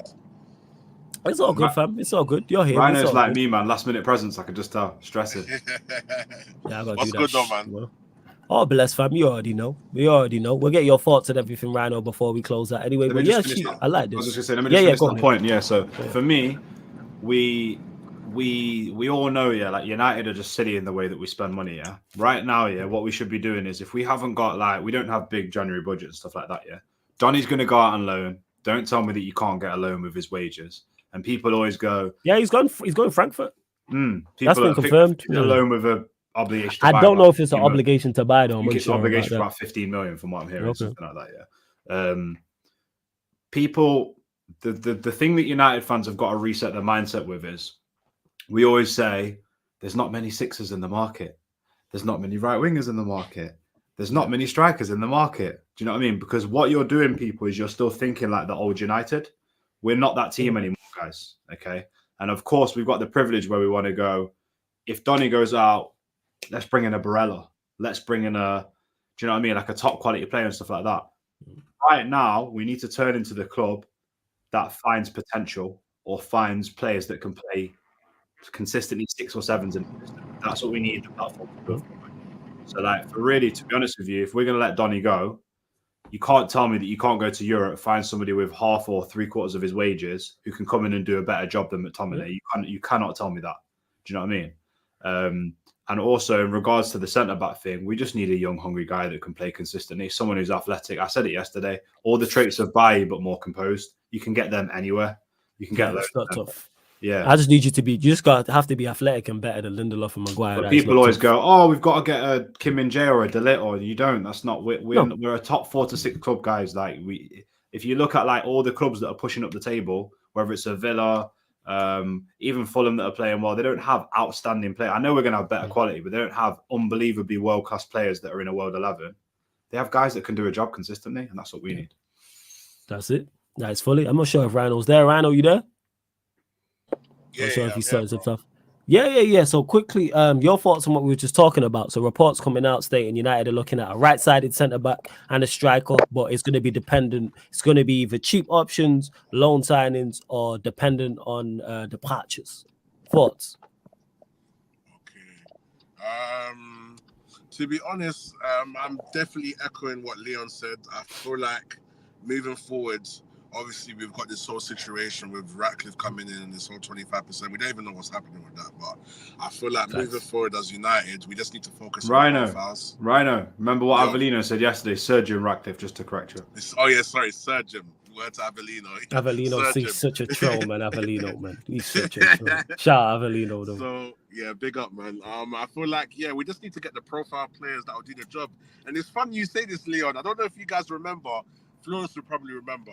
I feel like We just need to fill in the foundation of pieces that everyone's just going to do their job. Left back does left back, right back does right back, right wing does right wing. 7 out of 10 every game. Once we fill in those positions where we've got players playing their position and doing the standard job, then we can work on improving the quality. And I said this months ago, so we need to focus on profiles. Can this player do this job?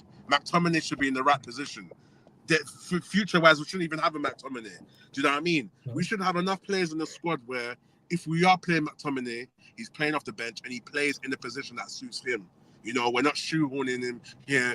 Like, bruv, for years he's been playing as a midfielder when we know he's basically a second striker. You see what he does. He should be coming off the bench. Garnacho should be coming off the bench. Rhino, shout out to Traps who said he's a 9.5. That's a good description still. McTominay is a 9.5. I like that. That's funny. I like that. I do like that. Yeah, you know what, go on, Rhino. Yeah, go on. Just to add to what you're saying before you carry on, Rhino, it's right because imagine we pull in now a number 10 that's worth 15 to 20 million quid. I was Rhino's lost a signal. Yeah, Rhino's one. Who's worth 15 to 20 million quid. He's not absolutely amazing, outstanding, but what he can do is he can carry the ball forward from the 8s and he can play intricate passes and play neatly at the top of the box. Yeah, that change, just that small element of the game changes everything with United. Because right now, who always says this? Adam from Canada always says this, you know. He always says, you need guys that can do the boring stuff on the ball. We don't have enough of them. Do you know what I mean? You can't always just be doing... Ryan, you there? Yeah, I'm back. Sorry, I was adding to your point saying, imagine we get a 10 that's like worth 15 to 20 million. We put him in on loan or something, and all he does is carries the ball off the 8s and he looks after the ball and does the boring stuff. It just changes our game, just being at the top of the box but feeling comfortable. So sorry, carry on, bro. Yeah, so I feel like what was the question you asked me originally, Flawless? You was asking that what was the rumors? So according to Ornstein, this is a tweet from David Ornstein. Manchester United are looking. This is in January, a right-sided centre back and a striker, but it's dependent on departures or it'll either be cheap options or loan. So just your thoughts in regards to those two positions that we're looking seem to be trying to fill within the squad in January. To be honest, obviously, in any case of us filling positions is fine. You know, I like that. I like the idea of that. But I feel like, strike is important because we can't rely on Hojlund. You know, he's young. He needs to be kind of weaved into the team slowly. But I feel like the more pressing positions will probably be midfield, man. We need someone to...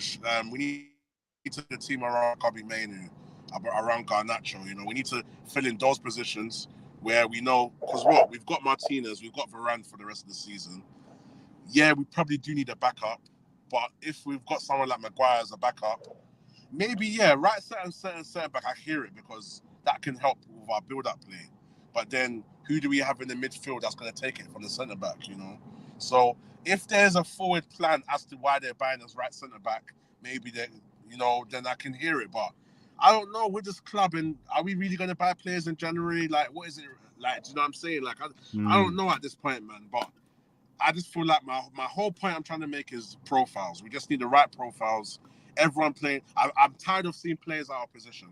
If we can at least work on that first, foundation-wise, and then with injuries, we've got good replacements, then we work towards that. Because do you guys think we need a centre-back? We do in the long term, obviously. Definitely need a centre-back now. Wait, Flawless, this is interesting. Flawless, Ryan, let me ask you a question, Rhino, and I'll ask one for Flawless. I was going to ask you.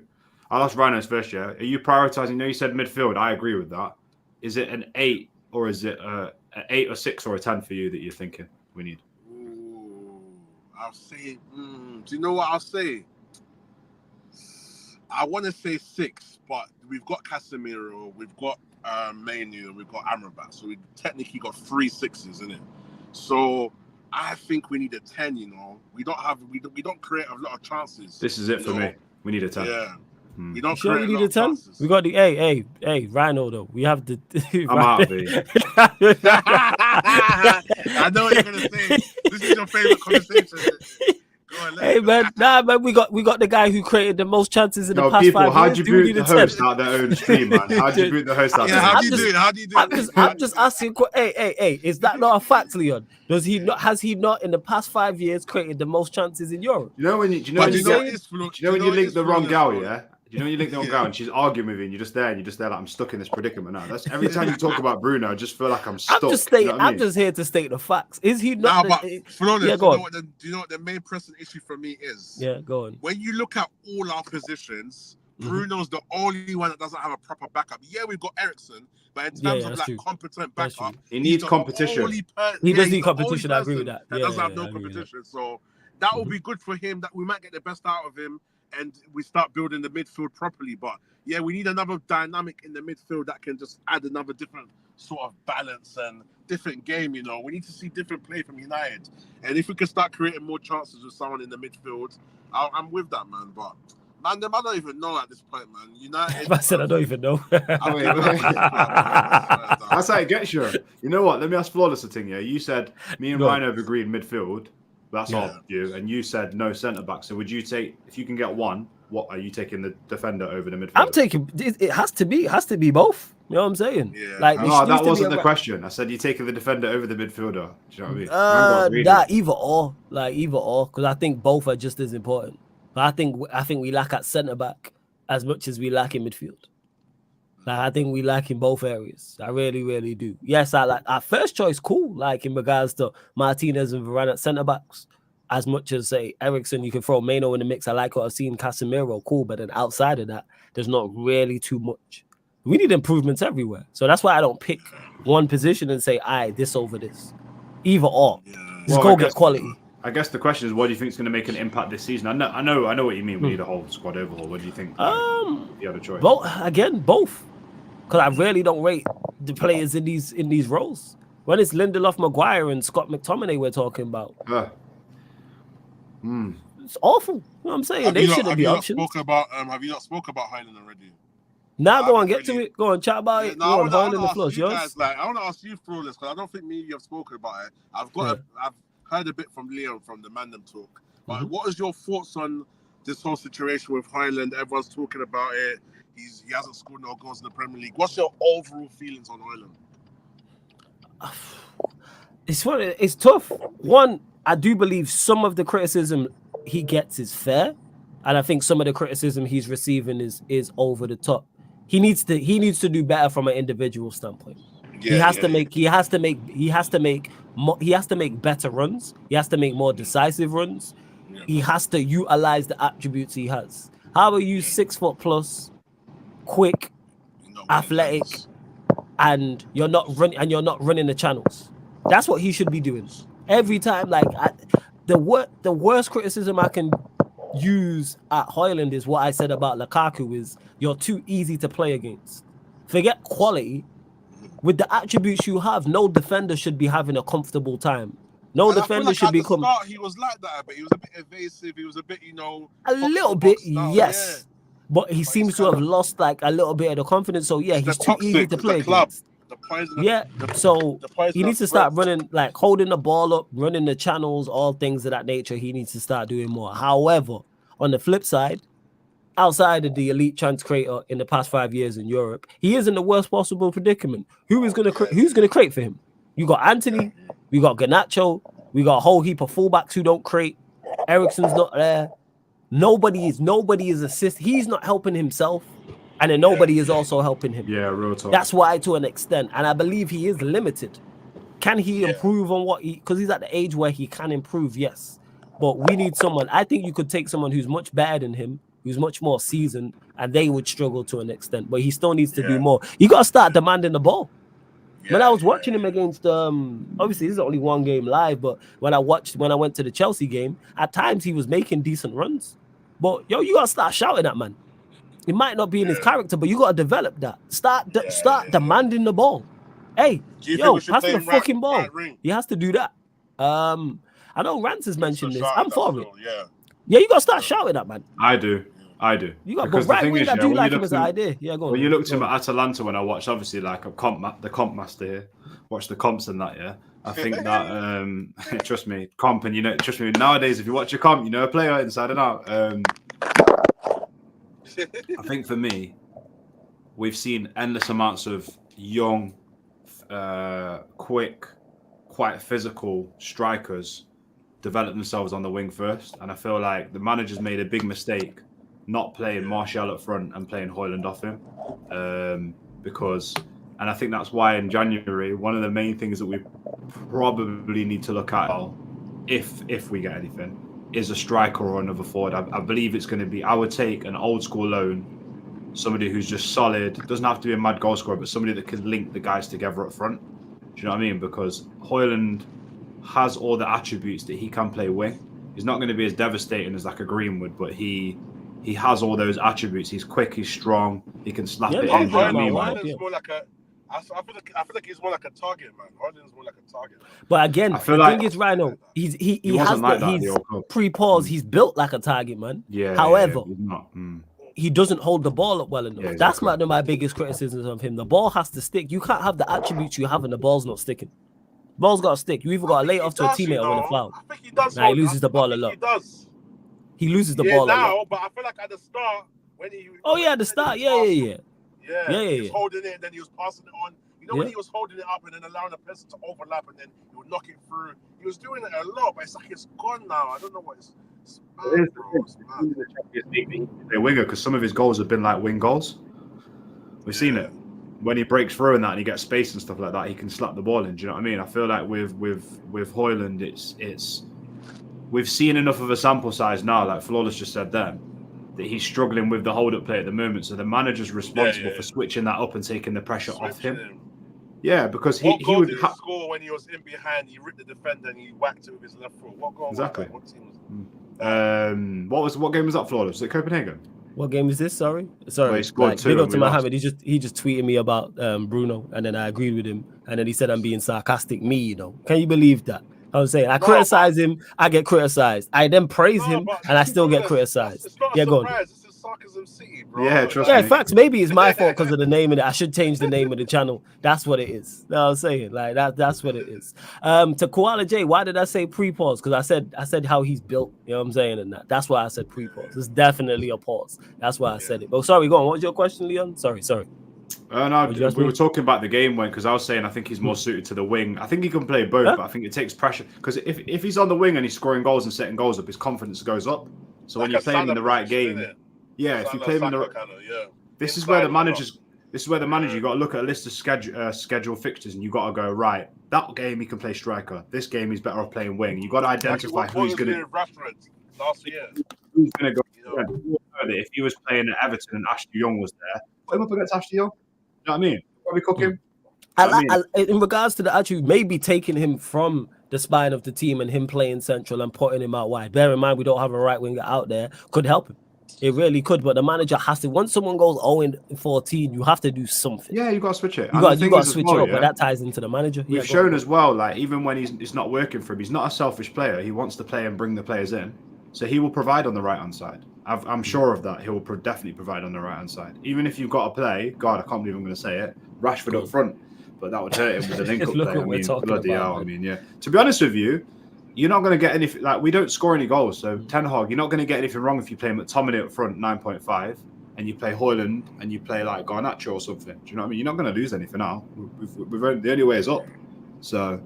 The standards are so tough and high right now, man, because, bro, like, we haven't even let him land 6 months in this, like, do you know what I mean? Like, yeah. And I understand it, I get it, don't get it twisted, but I just feel like sometimes it went so harsh, like, within reason to a degree, but, bro, like, my homeboy came from Atalanta, bro.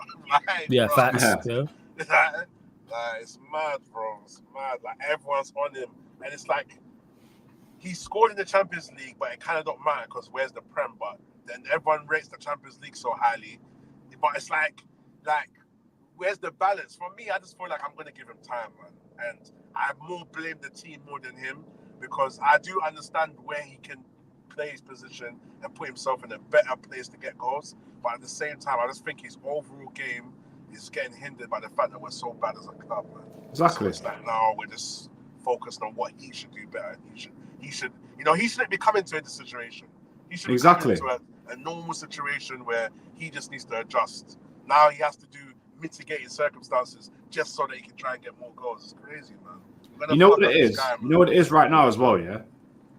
We're so poor up front, yeah? Why doesn't the manager just play 3-5-2? Because you want to do this 3-1, I don't know what he's trying to do, 3-1-6 sometimes, yeah? Load up your midfield, because we've been resilient in the last game, yeah? Play Hojlund and bloody Rashford together, or Hojlund and Martial together. I prefer Hojlund and Martial. Yeah, Martial, yeah. And play the right back in the right back position, Antony. And play, do you know what I'm saying? And then play the left back. I love that right now. Rhino called Antony at right back. I was crying. That's right. Left wing back, man. You could do a left wing back, Joe. Yeah, that's what I said. I called him a right back, and someone was like, "Nah, Rhino, he's a right wing back." I was like, maybe, you know, he might be a right. Yo, he's got the attributes for a left wing back, bro. He does. You could play left wing. You're not ready, Flawless. People were calling the Brazilian Victor Moses and everything that was going on. He's definitely a right back. 100%. And that's what I wanted to ask you guys. Like, all right, cool. I've got 2 questions here. Yeah, go on, right. So my first one is, do we think Hojlund's a good striker in general, overall from what we've seen? That's my first one. And secondly, when Antony came to our team, and we kind of watched all these comps and we thought, okay, you know what, we've got somebody that's going to bring a bit of skill to the Premier League, but the Premier League might drown him out, blah, blah, blah, blah, blah, blah. What do we think? Okay, cool, because I'm trying to be very, very, like, what's the words? Reserved with, like, I've already watched Antony. Antony's dead. Yeah, he's washed, man. When you're talking, you've been for the emotions of this guy. Yeah, he's washed, man. He's washed, man. He's washed. What is it? Because what he's doing wrong is decision-wise, isn't it? Why do you think, he beats a man? I actually want a direct answer because I'm struggling to figure this out. He actually beats a man. He can put the Jets on, but it's like he says, hold on, come and get the ball back. What do you think it is? Like, if we had to think logically, like, why he's doing this, what do you think it is? Do you think there's something that's meant to be happening that he learns in training that maybe someone's meant to overlap and he's trying to buy time for the overlap? No, man, in the words of Stephen A. Smith and what Jez says, he's just not very good. And in the words of Stephen A. Smith, he's a bona fide scrub. That's just what it is. He weren't this bad in Ajax, and I know it's no, we weren't watching him. And look at his numbers. His numbers are not his numbers are not too far off. Look at his numbers. Oh, really? Look at his numbers. Okay. I saw in the Flores was getting bare assists, though. He's getting bare assists. I don't know about or being part of the build-up play. Our elite chance. Wait. Our elite chance creating a captain got bare assists and that. And look how that's working out for the team. What do assists mean? Yo, what do like? Just say it, innit? Like, assists don't warrant meaning you're a good player. But he was beating a man before. Maybe it's the men he was beating. Pause. You feel me? Yeah, definitely. You're right. Yeah, that's just me.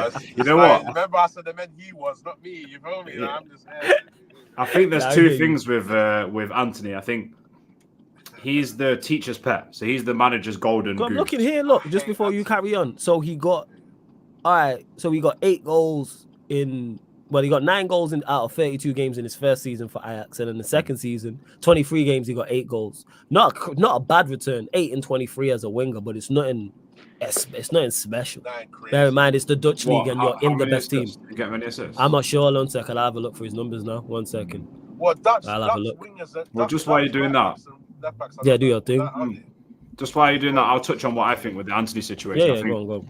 With Antony, Ten Hag's brought him in for a certain style and a certain play, yeah? Ten Hag is playing him consistently because he's doing what Ten Hag wants him to do. Now, Ten Hag would rather him recycle the ball than take players on. That's a fact. We've seen that for too long now. He'd rather him stop, recycle, keep the ball up there, which is a good thing in small parts. You only want to see that in small parts of a game because if you're under pressure, you need to recycle, But the problem is, he's not realizing that as a £90 million player, we need way more than that. And you should have looked. 100%. This is on the manager and him. You should have looked at our right wing position before. You should take that position on. The problem with Antony is, he's so stubborn, like the manager, with the way that he plays. And I just don't think he's good enough, to be honest with you. Like, I really don't think. I think he's about £34 million player. He's got nothing else to his game. Watch when Ahmad comes back and gets a chance. He'll show him how simple ball can be. Just stepping inside and giving a ball and He doesn't even give and go. This is what I say to wingers, yeah. If in doubt, if you're not like a technical skill take man on the outside, you can give and go. You know, that's the old school thing that always works. Messi's been doing it for years. Like I don't get why these guys complicate the game. But with Antony, I know people are saying right foot. I don't think he's that player, but I think he's just not very good. He's not very good, but he's doing what the manager wants, and it's sad that the manager's saying to him, "Stop there, give the ball back, recycle." It's just dead. It's dead. It's dead. So rap. That's why I like when I'm hearing conversations in regards to it. And the first question Rhino asked about Hojlund is he a good striker? No, I think he's a decent striker who has some very good attributes, but overall he's limited. That's why I say I'd say I won't call him average. I think he's an above average striker, but he's no more than that. He's above currently. He should have been developed and brought in with another striker. Yeah, he's a number 2 or number 3 striker for us. Yeah, he's like if we would have been a serious football club, signed a senior bad boy striker, and Hojlund was the backup, we're not having this conversation. But we're now looking at Hojlund and judging him as a number 1 striker because unfortunately for him, that's the position you are now in. You know what?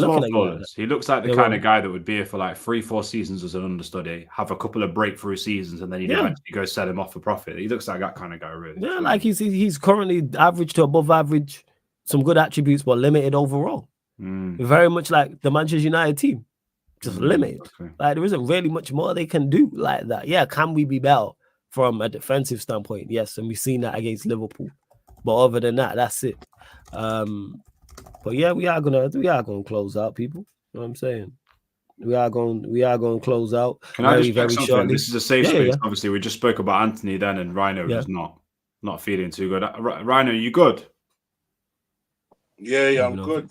I just got to my computer as well. Still, no, just checking. You know, because we talk about the Antony thing. When you said right back yesterday, I can see the pain in your face when you said it. Bro, I'm telling you, bro. Like we spent fucking 100 million on a right back, bro. It's mad. He's a left. I don't get right. He don't use his right foot, man. Left back, man. If we're gonna play him fullback, you play him left back. No, I mean it as in somebody that can flip and cross the ball in. You know when you have the opposites. A left foot on the right side. What is he going to invert? Yeah, you're going to be so you're not overlapping. Yeah. Invert. That's all he can do. Bro. No, you can't invert, man. Play him left back. If we overload the midfield. There we go. He's back. Yo, he is.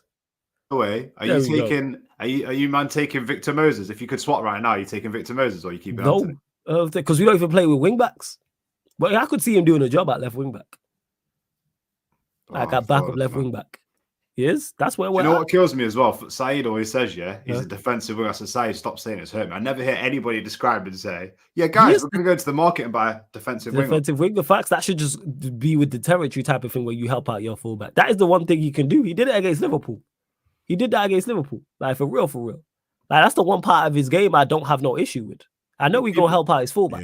People are trying to compare him to Finger. Who were the guys back in the day? Liechtensteiner and Maggio. Do you remember them guys down in Italy and stuff like that? Yeah. This is not what we're doing. Hey, you lot, run up the likes. Subscribe to Leon's channel. Subscribe to Rhino's channel. The links are in the title. We'll get Rhino's thoughts on the topics that we spoke about before we got here. So we'll start with the Liverpool game, Rhino. Obviously, me and you haven't spoke, so I don't know your thoughts, but Liverpool 0, Manchester United 0. Mm-hmm. Look at the smile on his face, man. I've not seen Rhino smile like that in a minute. Listen, man, for me, when it comes to the whole drawing at Anfield, I thought we were definitely going to get battered. I was very concerned, and I just thought, you know what, Liverpool have sacked a few managers in the past, so I was just thinking, cool. We're gonna take a battering, and let's just prepare for it. Let's prepare for the worst. Realistically, if you know football, when you think something like that, it most likely doesn't happen. The way everyone thought we were going to get battered, if you think about so many games, it doesn't happen, So I'm happy in terms of the fact we saw some resolute defending. They defended as a team, and we didn't get embarrassed. That's all I care about. I'm not celebrating a draw because that's where I'm at as a team in terms of, you know what, I'm happy, but I'm just happy we just didn't get battered. I'm more disappointed that we could have nicked a win out of that game. We could have actually nicked a win if we could finish our dinner.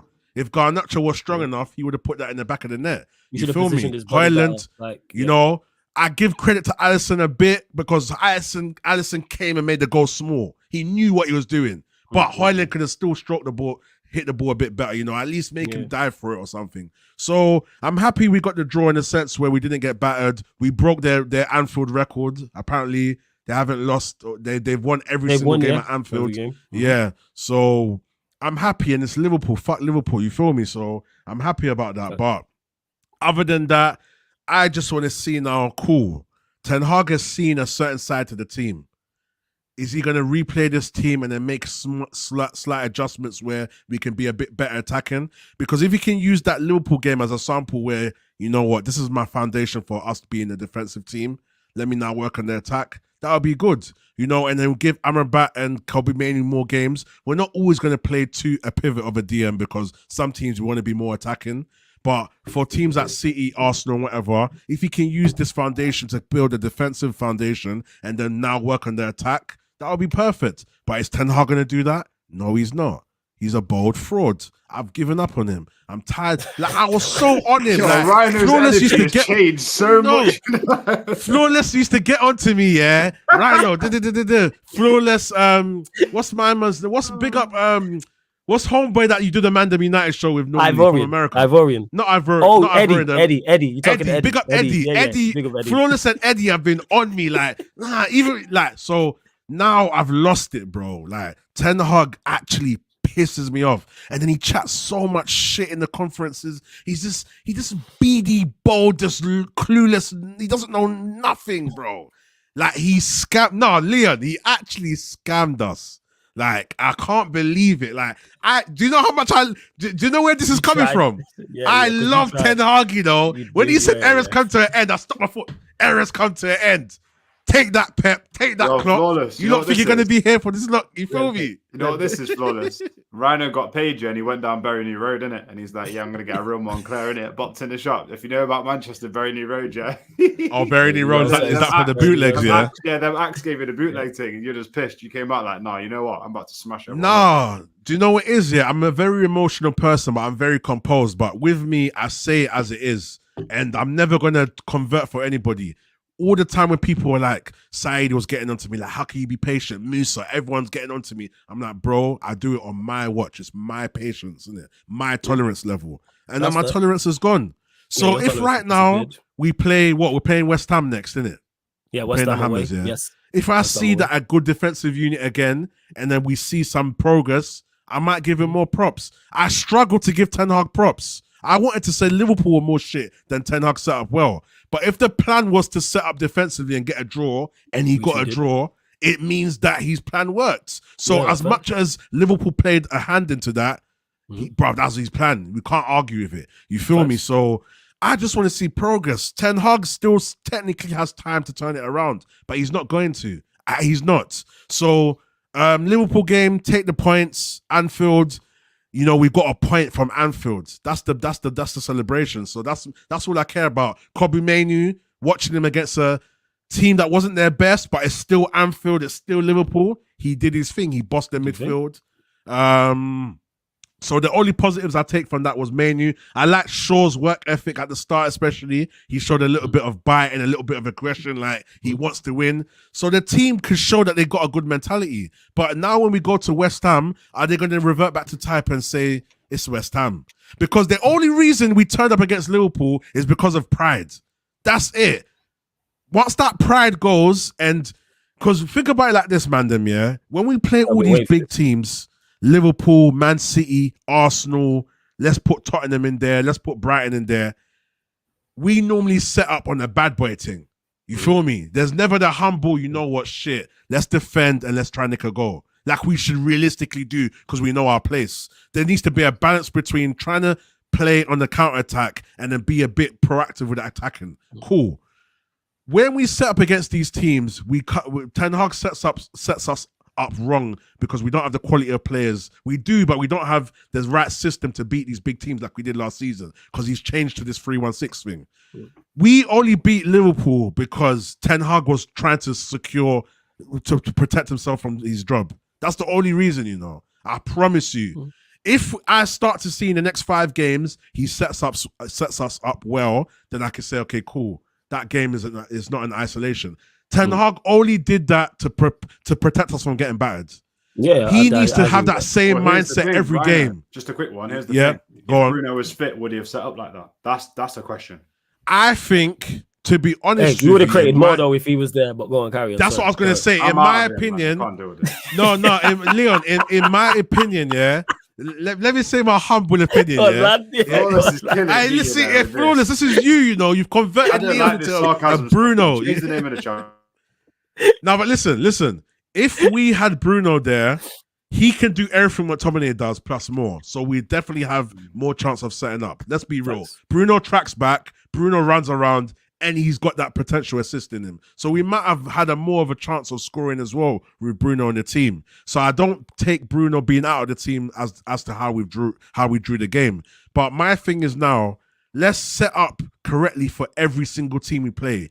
We know West Ham's pros and we know their cons. Let's set up according to that. If we play flipping Liverpool, Arsenal, we know what they do. Let's set up according to that. Ten Hag was very good at that last season. Because Ten Hag doesn't play one way. He plays according to who we're playing. That's what we've learned over time, innit? He plays according to how we're playing. So if we can now set up to every team how they play and we can set up good tactics, Ten Hag can turn this around. But is he going to drop McTominay when McTominay is not playing well? Is he going to give Garnacho time to come off and put Rashford on? You know, if Rashford's not playing well, who do we put on the left?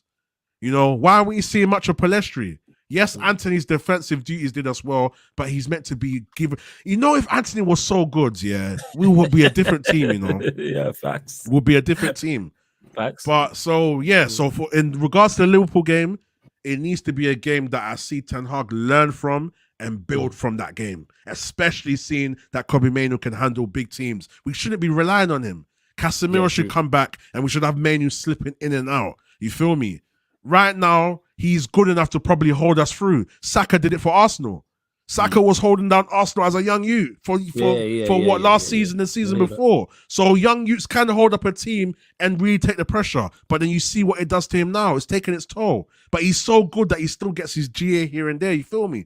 So I believe Kobe Mainoo can, in a sense, save the midfield. But the way our midfield's so bad, it's going to kill him eventually. It killed Casemiro. Casemiro's a flipping classy player, bro. It killed him. So who's Mainoo? It's going to kill Rodri. It'll kill everybody. We are seeing that with Rodri, actually. We are seeing that. But people are not talking about it, but we move. We're not talking about it. You feel me? So let's build a team around the young G's, bro. And give them stability, give them alternatives to help them step in their place when they're tired, and also know where we're going. Imagine we've got a firing Garnacho, firing Palestri, firing Ahmad, firing Garnacho, firing Kobe Mainoo. That's a mad young front three, and then you mix it in with the older Rashfords, the older Brunos, the older McTominay in a sense. Balance that with a bit of maturity and experience. Bro, we can do something. But maybe Ten Hag's trying to crash this boat, bro. He doesn't want to. He's not trying to get to the destination. How much is he getting paid every year? He's getting paid every year. Do you know what Ten Hag might as well start doing? Wearing a flipping what's that program again, man? With the guy with the glasses, Walter. What's it called? Breaking Bad. Oh, Breaking Bad. Wear the Breaking Bad thing and start smoking cigarettes on the side of the pitch. That's what he needs to do. Because that's what he just does that. He does that little thing where he's chewing his gum. He pisses me off, man. I swear down. Do you know why I'm hurting the most, man? Them because I cared about my man so much. Pause. No homo. I cared about him. I was thinking, bro, this guy's gonna take us to the glory days. You know, I believed it. I believed it, bro. I was there with you, man. You know what I'm saying? I wasn't on that thought process for as long as you was, but I was with you last season. I thought so. Then it just got to a point where I was like, oh, you ain't gonna change back. The show's over.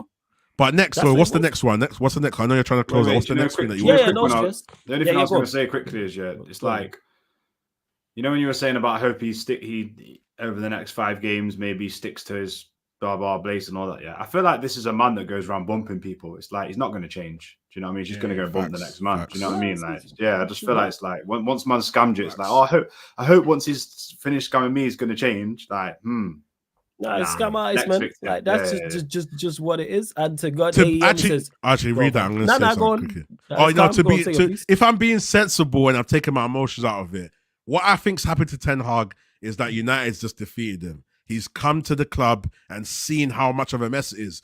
I know everyone keeps saying, oh, he knew what he was getting himself into, but bro, how much times as Mandem do we think we can fix something, and then when we get into it, we think, shit, this is peak. Oh yeah, facts. We've all been Van there. Gaal warned him. And then Rhino, You feel me? the pride comes in where you don't want to give up. Pride as Yeah. well. And then that slight belief of him thinking, you know what? If I do my thing and I pull this off, I can be one of the greatest managers ever. Yeah, You you know feel what it me? is? It's ignoring. It's like ignoring red flags. It's like when you meet a girl, Yes. you know what I'm saying? And it's Yeah. like, all right, there's a couple red flags, but she kind of leng, so you're like, all right, Yes. let's see if we can work through this. Yes. And then more Yes. red flags, more red 'Cause if flags. you know in what I'm here, saying? It's like, you know in here. If you you're work like, it, you're a genius, but if you flop, you're a failure. But at the Yeah. same time, you've got enough science and realize that this is a long shot. So Man United defeated him. He's not that good. He's not good enough no more. When he used to say things like that, and he's benching Rashford for being late, I'm thinking that's my gaffer. You know, Yeah, you that feel was me? when he was Then my you start manager, seeing man. and remember another thing I wanted to say as well. You see this Varane stuff now. Remember why I didn't want to talk too much on Varane? Because obviously we got to drop that Varane's actually happy. He could just be being professional and hiding it. But it looks like there's not really nothing between him and Ten Hag. Maybe he didn't agree with Ten Hag dropping him because Ten Hag did it for a dumb reason. But then maybe in Ten Hag's eyes, he said, you know what? I can't even defend him because he said this whole left-footed left-sided centre back, and then he basically You know what contradicted the crazy himself. part is about that? You feel Yeah, me? he said not having a left-footed centre, Varane can't play left-sided centre back. Then you got Evans, who's actually left-footed, and then played him right-sided centre back and played Varane left-sided centre back.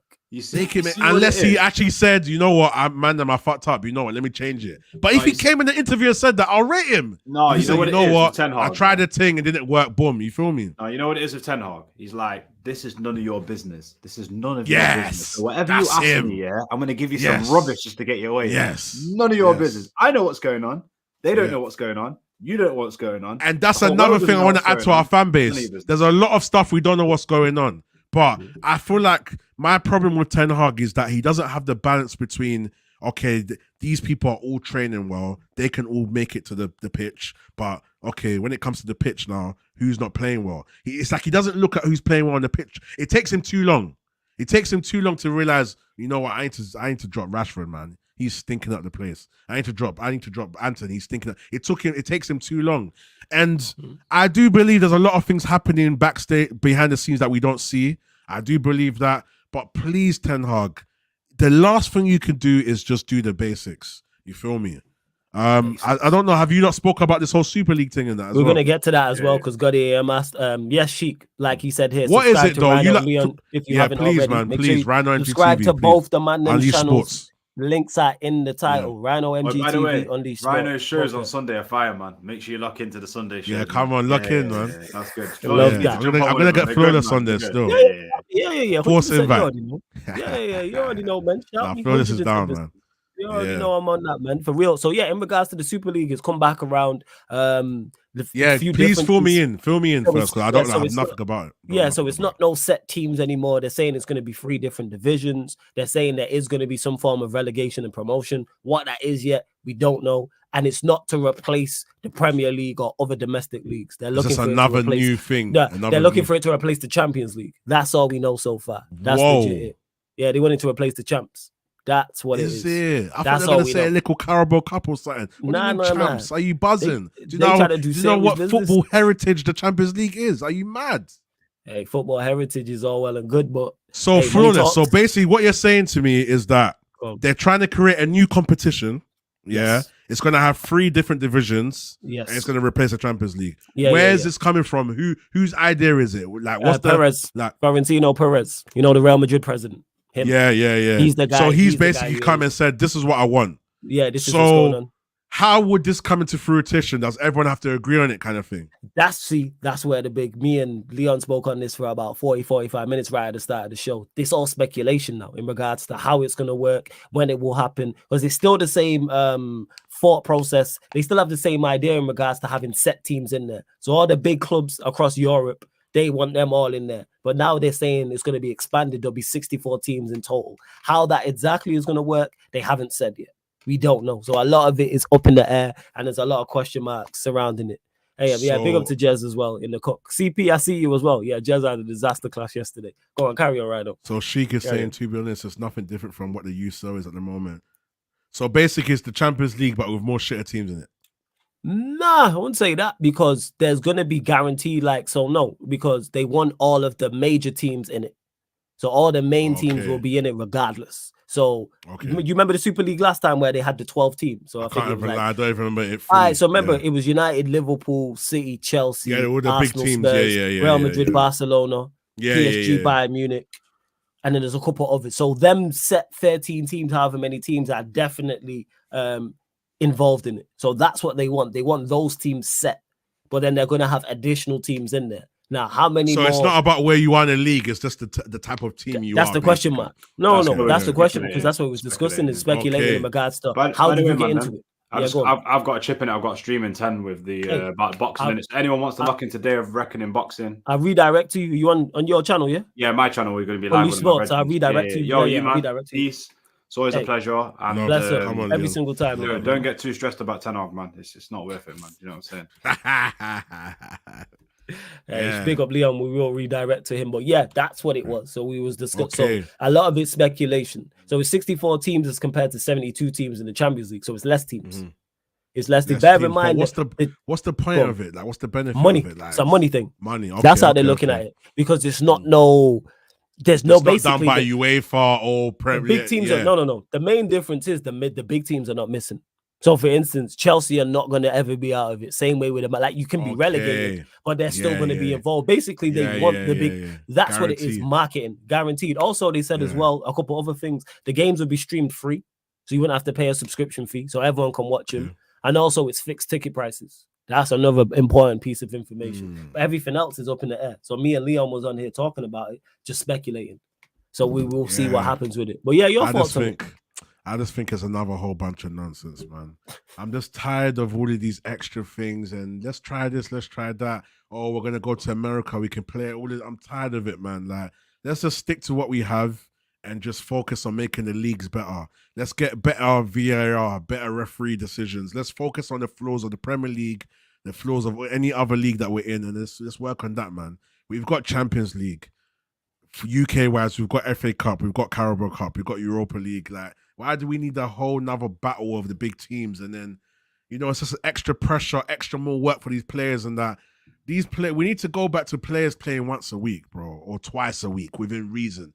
All of this every 2-3 days is too much for these players, man. Football has improved immensely in terms of being a physical sport. Back in the day, it was very physical, but it was more on point IQ. We depended on Rooney's IQ when he's with Giggs or when he's with flipping Ji-Sung Park or when he's with Ronaldo or when he's with Fletcher. Everything depended on the pitch. Yes, the man just said, play attacking or, counter attack or, the right side's looking a bit empty, play there, that's their weakness. But now it's more of a system game. And with that system comes a lot of athleticism. And with that athleticism comes a lot more pressure on these players. So now we're making them work harder, do more, and then now we're adding more games to it. I just don't want to hear it. It might be, actually, though, that being said, with the Champions League, because they're looking to expand it next season, this would be less games. Remember, don't forget, they're looking to expand the Champions League next season. So there'll be more teams and more games. So, but yeah, like I said, more information will come out in regards to the Super League. See, but I'm not all for it. I'm not for it, Flawless. I'm not for it. I'm not against it. I want to hear more.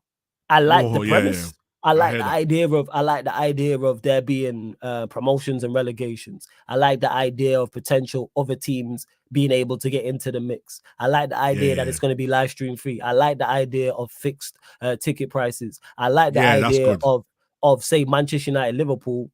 The loser gets relegated from Division 1 to Division 2. I like the high stakes idea. So out of the 3 divisions, you can get promoted. So that hard. could happen. Like you could have Barcelona versus Real Madrid when it gets promoted, for example. I think anyway. Again, people, I'm just speculating here in regards to exactly how it works. But before we let you go, Rhino, before we close out the show as well, predictions: West Ham United, Manchester United. I forgot to ask Leon before he left. Where are we playing? It's at West Ham. I looked into the distance, show. I looked into the distance, bro, and all I can see is a magnifying. What's that thing? What's that ball that people say they can see the future in? Oh, crystal ball. Crystal ball. But the crystal ball is the shape of Eric Ten Hag's bald head. That's the problem. I'm looking at the crystal ball, but it's looking weird. Then I've realized it's the shape of Eric Ten Hag's bald head. I'm joking. At West Ham, they just got packed by Liverpool. Our away form is not the greatest. Owen's causing a problem. Got a few problem makers there. It's so hard, man. I think generally we can lose, but I don't think we're gonna lose in a way that. Do you know what it is? It's hard for me because Sheffield beat us 3-0. Not Sheffield. Bournemouth beat us 3-0. And that Bournemouth is never a team that I can say could beat us 3-0. You've just hit acceptance stage of the 5 stages of grief. I can tell. Go on, carry on. Bournemouth beat us 3-0. And if you was going to say Bournemouth beat us, you're going to say 1-0, a little 2-1. They got a little goal last minute. Or, you know what, they scored 1-0. We just didn't put it in the back of the net. So West Ham, based on that, should easily beat us at least 3-1. You know, 2-1, 3-1. But something in me tells me that if West Ham beat us, they can only beat us by 1 goal. But the problem is thinking about the Bournemouth game. That's clouded my judgment. So I'll say, probably I can see a 1-0 West Ham, 2-1. We're struggling to try and get the equalizer. We're wasting loads of chances and we lose. I can see 2-1. 2-1 West Ham still. 2-1 West Ham. 2-1 West Ham. All right, first. Hey, love to everyone that's locked in. What do you think, though? What's your prediction? I got a feeling you're on a 2-2 thing for some reason. I was thinking draw because I know what they like. I say 1-1. I say 1-1. 1-1 makes sense as well. I'd love Anfield to have been a turning point for us, but I don't see it that way. I really don't. So I'd say 1-1. And there will be a watch along on the channel for it. Unfortunately, it's the early kick, but here we are. Don't forget, subscribe to the Sarcasm City TV gaming YouTube channel, people, as well. Don't forget, we're closing in on 500 subscribers over there. Link is in the comment section. It's also underneath in the description. Don't forget to join the Sarcasm City TV membership as well for many great perks. And how you can support the channel for free is make sure you hit the like button on the video, people. Continue to hit the subscribe button. Recently just went over 9K for those that don't know. So salute to everyone who's helped us reach that major milestone. There will be the 9K subscriber party Christmas Day, people. Christmas Day, we are going to run that 9K subscriber party. And if this is your favorite show, there is a playlist for it on the channel. So all you have to do is go to the playlist section, click Man United, and all the shows will pop up. And on top of that, we are available on all audio platforms as well, people. Spotify, iTunes, Apple Podcasts, SoundCloud, wherever you get your podcast type or wherever you listen to music, type in Sarcasm City TV and this show and all the other shows on the YouTube channel, apart from watch-alongs, will pop up on there. So like I always say, if you want to listen while you're cooking, while you're cleaning, while you're driving, maybe you're at work, maybe you're traveling, maybe you're at the gym, whatever the case may be, people, whatever the case may be. Like I said, Spotify, please follow us on Spotify and 5-star us on there, Sarcasm City TV. iTunes, Apple Podcast, all you iPhone users, the same with SoundCloud as well. Hit us with the follow. But Rhino, let them know where they can find you, what you got coming up, all that good stuff. Yeah, man. Make sure you guys are definitely locked into the Sarcasm City gaming channel. I watch it. I catch a lot of jokes from it. You know, Flawless's team, the way they play, their chemistry and everything is really good. So you guys definitely lock into it. I watch it, and you know me. I only watch things that can that have substance. You feel me? So make sure you guys watch the subscribe and put post notifications on for the gaming channel. Every time these lot are playing, you can lock in. You can find me at Rhino MGTV. As Leon said earlier, Sunday shows, we talk about relationships and politics and stuff like that. So it's quite fun. I'm going to get back to my weekly streaming. Still, I might do a stream later on. Still, with Flawless is still free. I might even have him on it. I'll see anyway. I want to try to anyway. But Rhino MGTV, subscribe, put post notifications on. Obviously, my socials is there, Rhino UK Official. And yeah, man, just make sure you subscribe and lock in. And we'll see what happens on... When are we playing? Saturday, Sunday? With the early kick Saturday. With the early kick 12. 12:30, 12:30. Oh, yeah. 2-1. 2-1 West Ham, you know. Yeah. We are going to redirect to Leon's channel. The links in the title for Rhino's channel, Rhino MGTV, and Leon's channel, Unleashed Sports. We'll be back live on here at midnight, people. Midnight UK time. We will be back on here. Myself, TJ Warren, talking all things Manchester United, all things Arsenal. So another Man United crossover. Man United gonna talk. What you say, flawless? Man United cap, yeah? Yeah, of course, man, of course. Supporting the Glazers. I caught you. I caught you. All right, quick question for us, actually. Quick question. I know you're closing now, and I messed up the floor. But I just wanted to ask you quickly, with the whole situation because I was watching Rance and Musa, and I think they've got very good chemistry.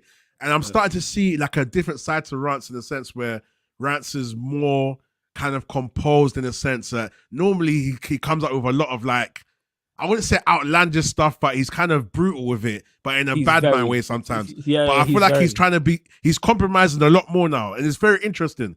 But do you ever see success under the Glazers? Do you think it's possible? Like, if the fact they spend money, we just have a good system under them, we can do well with them. Yeah, because we've been successful with them before. We can be successful with them again. We spend enough money. I keep saying this. We spend enough money to win the second tier trophies. We spend enough money to win Europa Leagues, FA Cups, League Cups. That's why even since Fergie's left, we've won all those trophies I just mentioned. We've won an FA Cup, we've won 2 League Cups, and we've won the Europa League in that time. So we've won 4. As bad as it's been, we've won 4 trophies in 10 years. Now, if we're talking Premier Leagues and Champions Leagues, can we? Yes. But that's where the system is more key. That's where getting the manager right is more key. That's where you do need a little bit of luck to go your way as well. Consistently, can we be successful? No. Forget winning Premier Leagues back-to-backs and reaching Champions League final. No. Forget all of that. But can we be successful? Yes. But I have my doubts over this regime currently and the new regime. Well, because I don't even know what's going on with it. What's going on with Jim Ratcliffe? I have no idea. What's going on with him? I ain't got Scooby. We haven't heard nothing. I ain't got Scooby. You know what I'm saying? But we move anyway. Love to everyone who has locked in. We are going to redirect to Leon. I don't think he's gone live just yet, but just put Sarcasm City Raid in capital letters in the chat. Back at midnight, people. This has been the Man United podcast live on the Sarcasm City TV YouTube. Big up for tuning in.